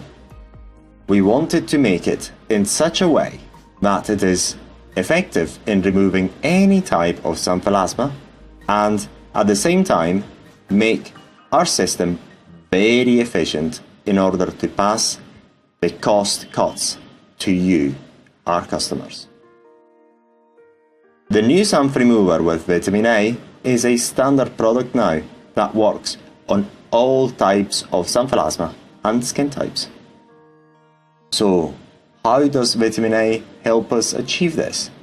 Vitamin A in skin products has cellular stimulation properties that makes it a potent exfoliant. The glycolic acid has the double function of dissolving your xanthelasma and at the same time opening the xanthelasma tissue to vitamin A. Once vitamin A gets in contact with the base of your xanthelasma, then the cellular stimulation takes place. As the cellular stimulation takes place, the xanthelasma gets detached from its base and it is removed, leaving in its place a hole, which is going to heal by secondary intention. One of the several advantages of using the XanthRemover is that you can decide when you are satisfied with the results. If you think that you still want to keep removing a tiny xanthelasma residue, you can still do so. You are in control of your treatment and you can continue until complete removal. How does it work? The XanthRemover is not a miracle cure, it just works. But how does it work? The XanthRemover works by chemically ablating the xanthelasma from the top. In other words, the XanthRemover destroys the fat deposits of the xanthelasma. As you apply the XanthRemover on your xanthelasma, you will feel a burning sensation. This is normal. This burning sensation will only last 5 minutes. After that, the area where you applied the XanthRemover will have whitened if you used our early TCA formulation. No whitening will occur if you use our glycolic acid formulation. Make sure you only apply the XanthRemover on the xanthelasma and not on your healthy skin. Illustration 70. Watch our video on this topic. This is one of our selected individuals of our clinical tests before the XanthRemover was applied. This is the same patient soon after the XanthRemover was applied. At that point, the burning sensation was gone. As you can notice, the area where the XanthRemover with TCA was applied had whitened. This whitening reaction is normal after applying the XanthRemover. A few days later, the part where the XanthRemover was applied will have hardened and will have turned into a scab. Please note that some patients experience swelling after applying the XanthRemover. This is very normal. There is nothing to be worried about. Swelling will go away after a few days. Illustration 71. Xanthelasma soon after the TCA-based XanthRemover was applied. Illustration 72. Patient just after the TCA-based XanthRemover was applied. The burning sensation was about to fade. After a few days, the scab will fall off by itself. At that point, you will see that the thickness of your xanthelasma will have decreased drastically. After a few applications, you will get rid of your xanthelasma completely. So, you will be able to notice the improvement almost immediately. Depending on the thickness of your xanthelasma, some patients require more treatment and others require fewer. Illustration 75. Scab will fall off by itself. As you can see, the area where the xanthelasma was is pinker than the rest of the skin. This is normal because new skin has replaced the xanthelasma. After a couple of months, the color of the treated part will have blended with the rest of the skin due to normal sun exposure. The new glycolic-based XanthRemover. How does it work and what is the difference from the TCA formulation? The new XanthRemover removes any type of xanthelasma and can be used on any skin type. After using the TCA-based XanthRemover on a number of customers, we realized that we needed to find an active ingredient that would not be as difficult to control as the TCA-based XanthRemover. The problem was that the XanthRemover was the first product of its kind for home use. The drawbacks of TCA, despite its proven efficacy in removing xanthelasma, are: when it is applied on the upper eyelids, it causes severe swelling on the upper eyelids and lower eyelids. Although the swelling subsides in all cases, this is still worrisome to most people. It presents risks of permanent hypopigmentation in skin types 4, 5, and 6, the darkest skin types. TCA is usually not recommended on dark skin types due to the risk of having permanent discoloration on dark skin into a whiter patch after the use of trichloroacetic acid. It is difficult to stop its ablating effects unless an appropriate neutralizer is applied. The risks associated to TCA are a lot higher than other active ingredients, and if it gets in contact with the eyes, it can be quite dangerous. The product is not very stable in a thick gel-based formulation. What this means is that after a few months, the TCA gel turns into a liquid. As mentioned elsewhere, after conducting our research, we found a study made in Japan stating that the Japanese researchers have had success in removing xanthelasma using glycolic acid at a high percentage, namely 90% concentration solutions. We knew that glycolic acid was easier to use and milder than TCA without most of the side effects and risks of TCA. The advantages of glycolic acid are: does not need a neutralizer as TCA does. Glycolic acid gel does not cause the severe swelling caused by TCA 1 or 2 days after the applications. There has not been reports of hyperpigmentation on darker skin types. The effects of the glycolic acid-based gel can be stopped without a neutralizer by simply wiping it off and rinsing the area with water.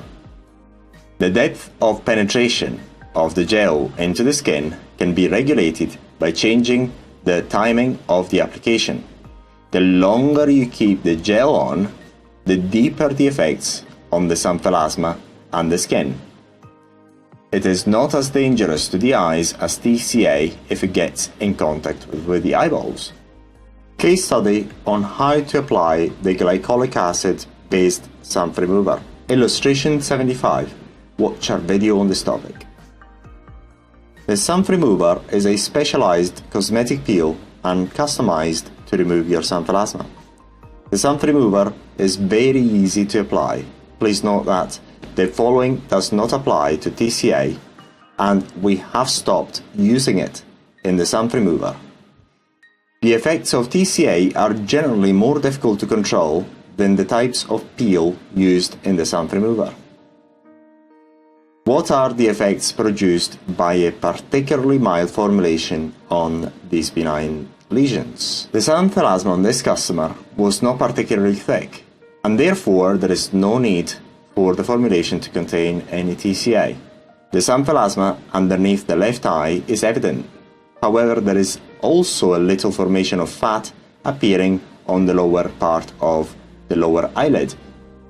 In some cases, when the best solution for xanthelasma removal is the use of TCA, it is advisable to add milding additives in order to make the formulation as safe as possible. This is because TCA is not very easy to control, and it has been partially restricted in certain countries. This is the classic case of xanthelasma in an individual aged between 30 and 40. As many other cases, also in this case, the xanthelasma are not correlated to high cholesterol levels. Illustration 77. Xanthelasma before. Angled picture. Illustration 78. Xanthelasma before angled picture. Illustration 79. Xanthelasma before picture. Illustration 80. 2 xanthelasma on the left eyelid. After treating many female customers, we have found a good number of patients who have reported the development of the condition soon after giving birth to the first or second child. In the pictures above, 2 xanthelasma are prominent on the client's left eyelid.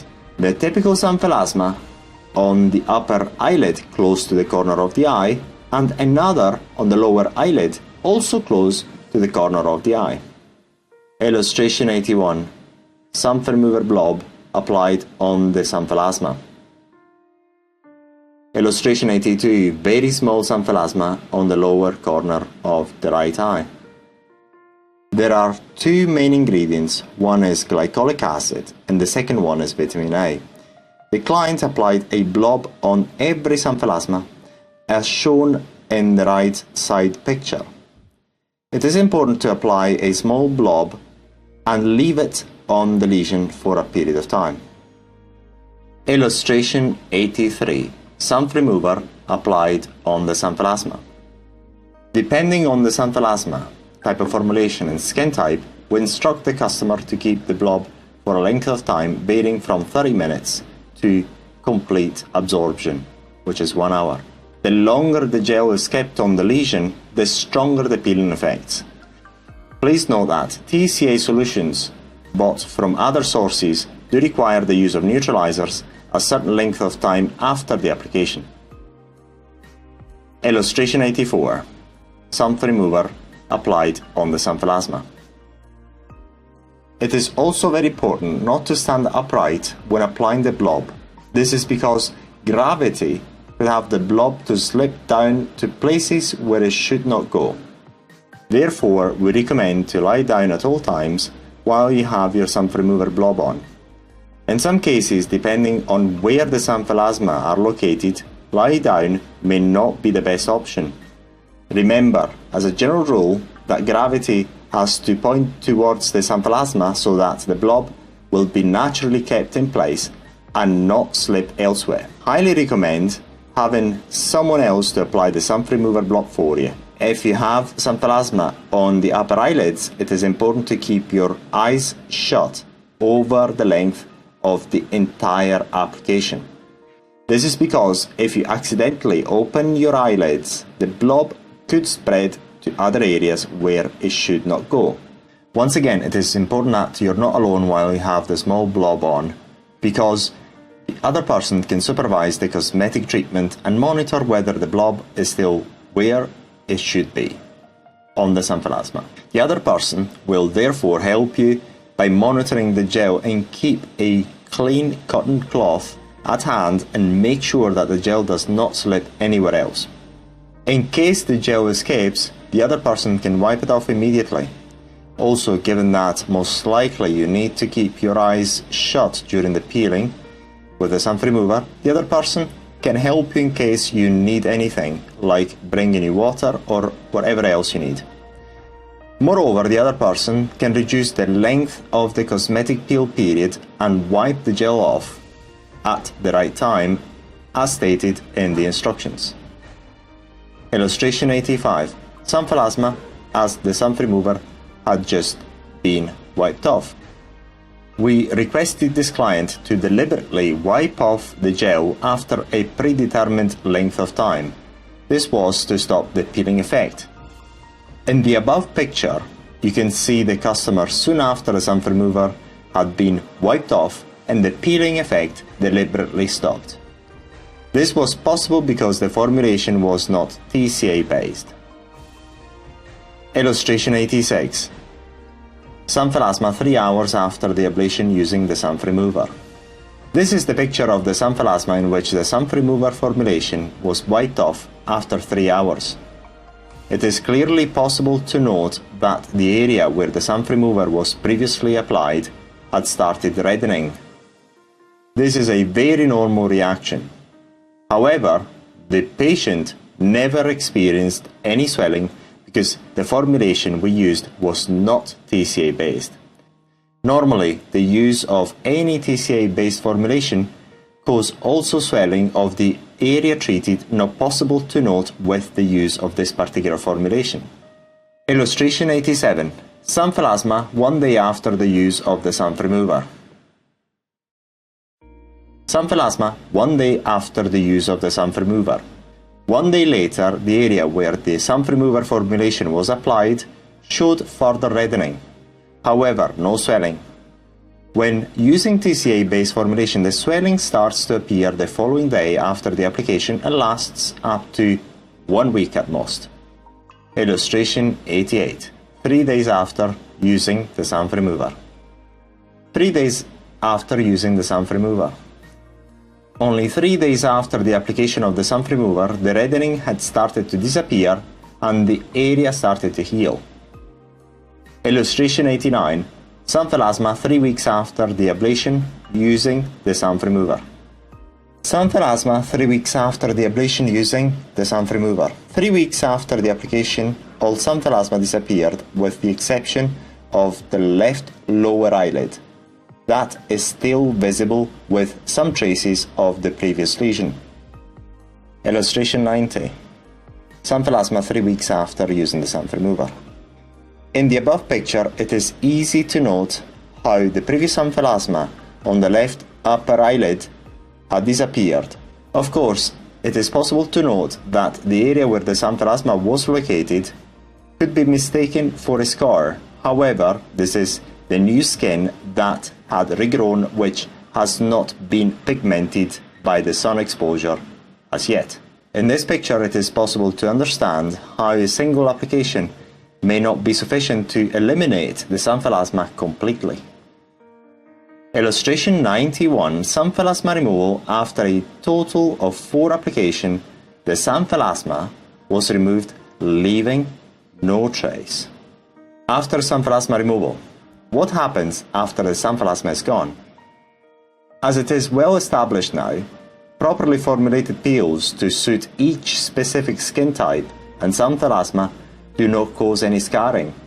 Of course, this is because the ablation does not reach the deep parts of the dermis. However, after the xanthelasma has been ablated, the new skin grows instead of the previous xanthelasma. Initially, the new skin will have a different texture and will not be pigmented as the rest of the surrounded skin. Sometimes this difference in skin texture and color is mistaken for a scar. Why is that? Now, do you remember when you had a superficial wound and it healed without major complication, i.e. infections?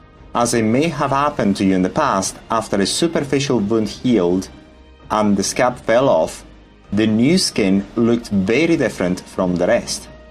Additionally, you may have also noticed that the new skin, which had formed at the time, might have also looked slightly raised compared with the surrounding skin. At a certain point, you would have forgotten about the wound altogether, busy with your daily life commitments, and a few months later, you found that the area had blended in with the rest of the skin. How does it work? If the xanthelasma had been ablated properly, the different skin texture will fade away over time. The difference in skin texture can last between 2 to 6 months, depending on the individual. The good news is that it is very easy to accelerate the blending process so that people will never notice that any treatment has ever been performed on the eyelid area.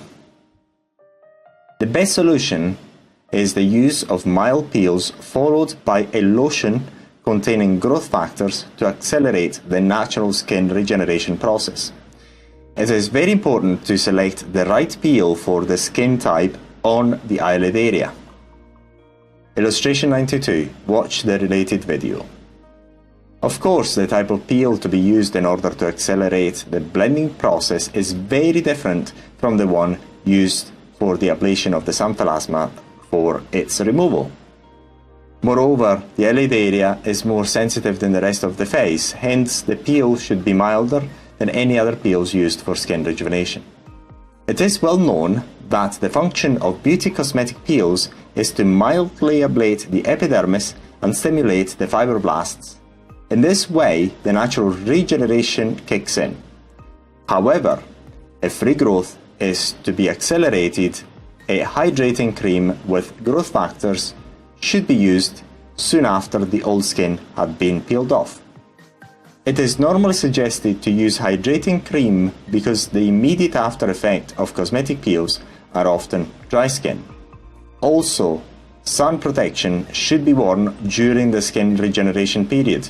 This is because if the skin is exposed to the sun while regenerating, the ultraviolet rays are more likely to damage the DNA and therefore cause cell mutations. This is the main reason why, following prolonged sun exposure after the use of cosmetic peels, the likelihood of developing sunspots increases dramatically, hence defeating the whole point of using peels in the first place. Therefore, after the Xanthlasma removal treatment, in order to accelerate the blending process of the new skin grown soon after the Xanthlasma ablation, the following protocol can be carried out.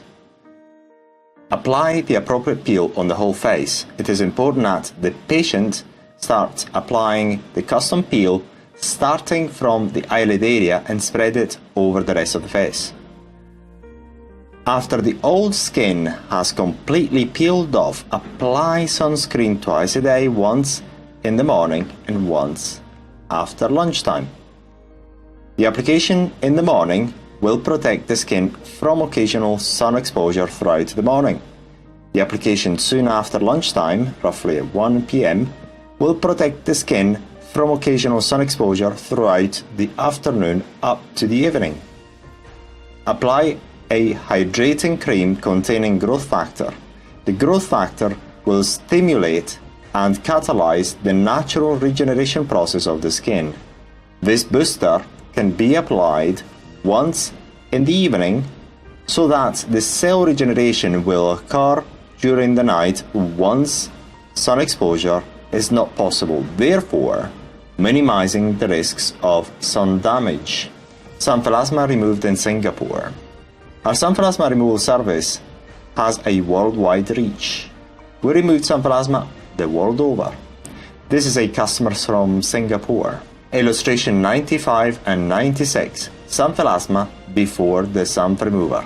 We are now moving away from TCA-based formulations for Xanthlasma removal. This is because some of our customers found TCA too aggressive. Therefore, after many clinical trials, we developed less aggressive formulations without the need for TCA. Our formulations selectively destroy the fat deposits in the Xanthlasma. We still send TCA formulations, but only from time to time and only in those cases when the skin type permits it. Mr. Thung in Singapore purchased the XanthRemover online, selecting the full money-back guarantee. The majority of our customers select the least expensive option. Once he received his custom formulation, he applied it at home as instructed by Ariton. These are the pictures taken only a few days after the first and only application. Illustration 97 and 98. Only a few days after the custom XanthRemover application. As it is obvious, there is no swelling, always common denominator of laser treatment, and the ablation is very superficial and affecting only the old fat deposits. This is all thanks to the customized non-TCA based XanthRemover. As it is possible to appreciate from these pictures, the old fat deposits have been replaced by the new skin, which has no pigmentation. Over time, this hypopigmentation will disappear due to normal sun exposure. Illustration 99. The ablation is very superficial. This shows how the correct use of the right formulation does not require the expensive and invasive surgery for safe removal of Xanthlasma. The end.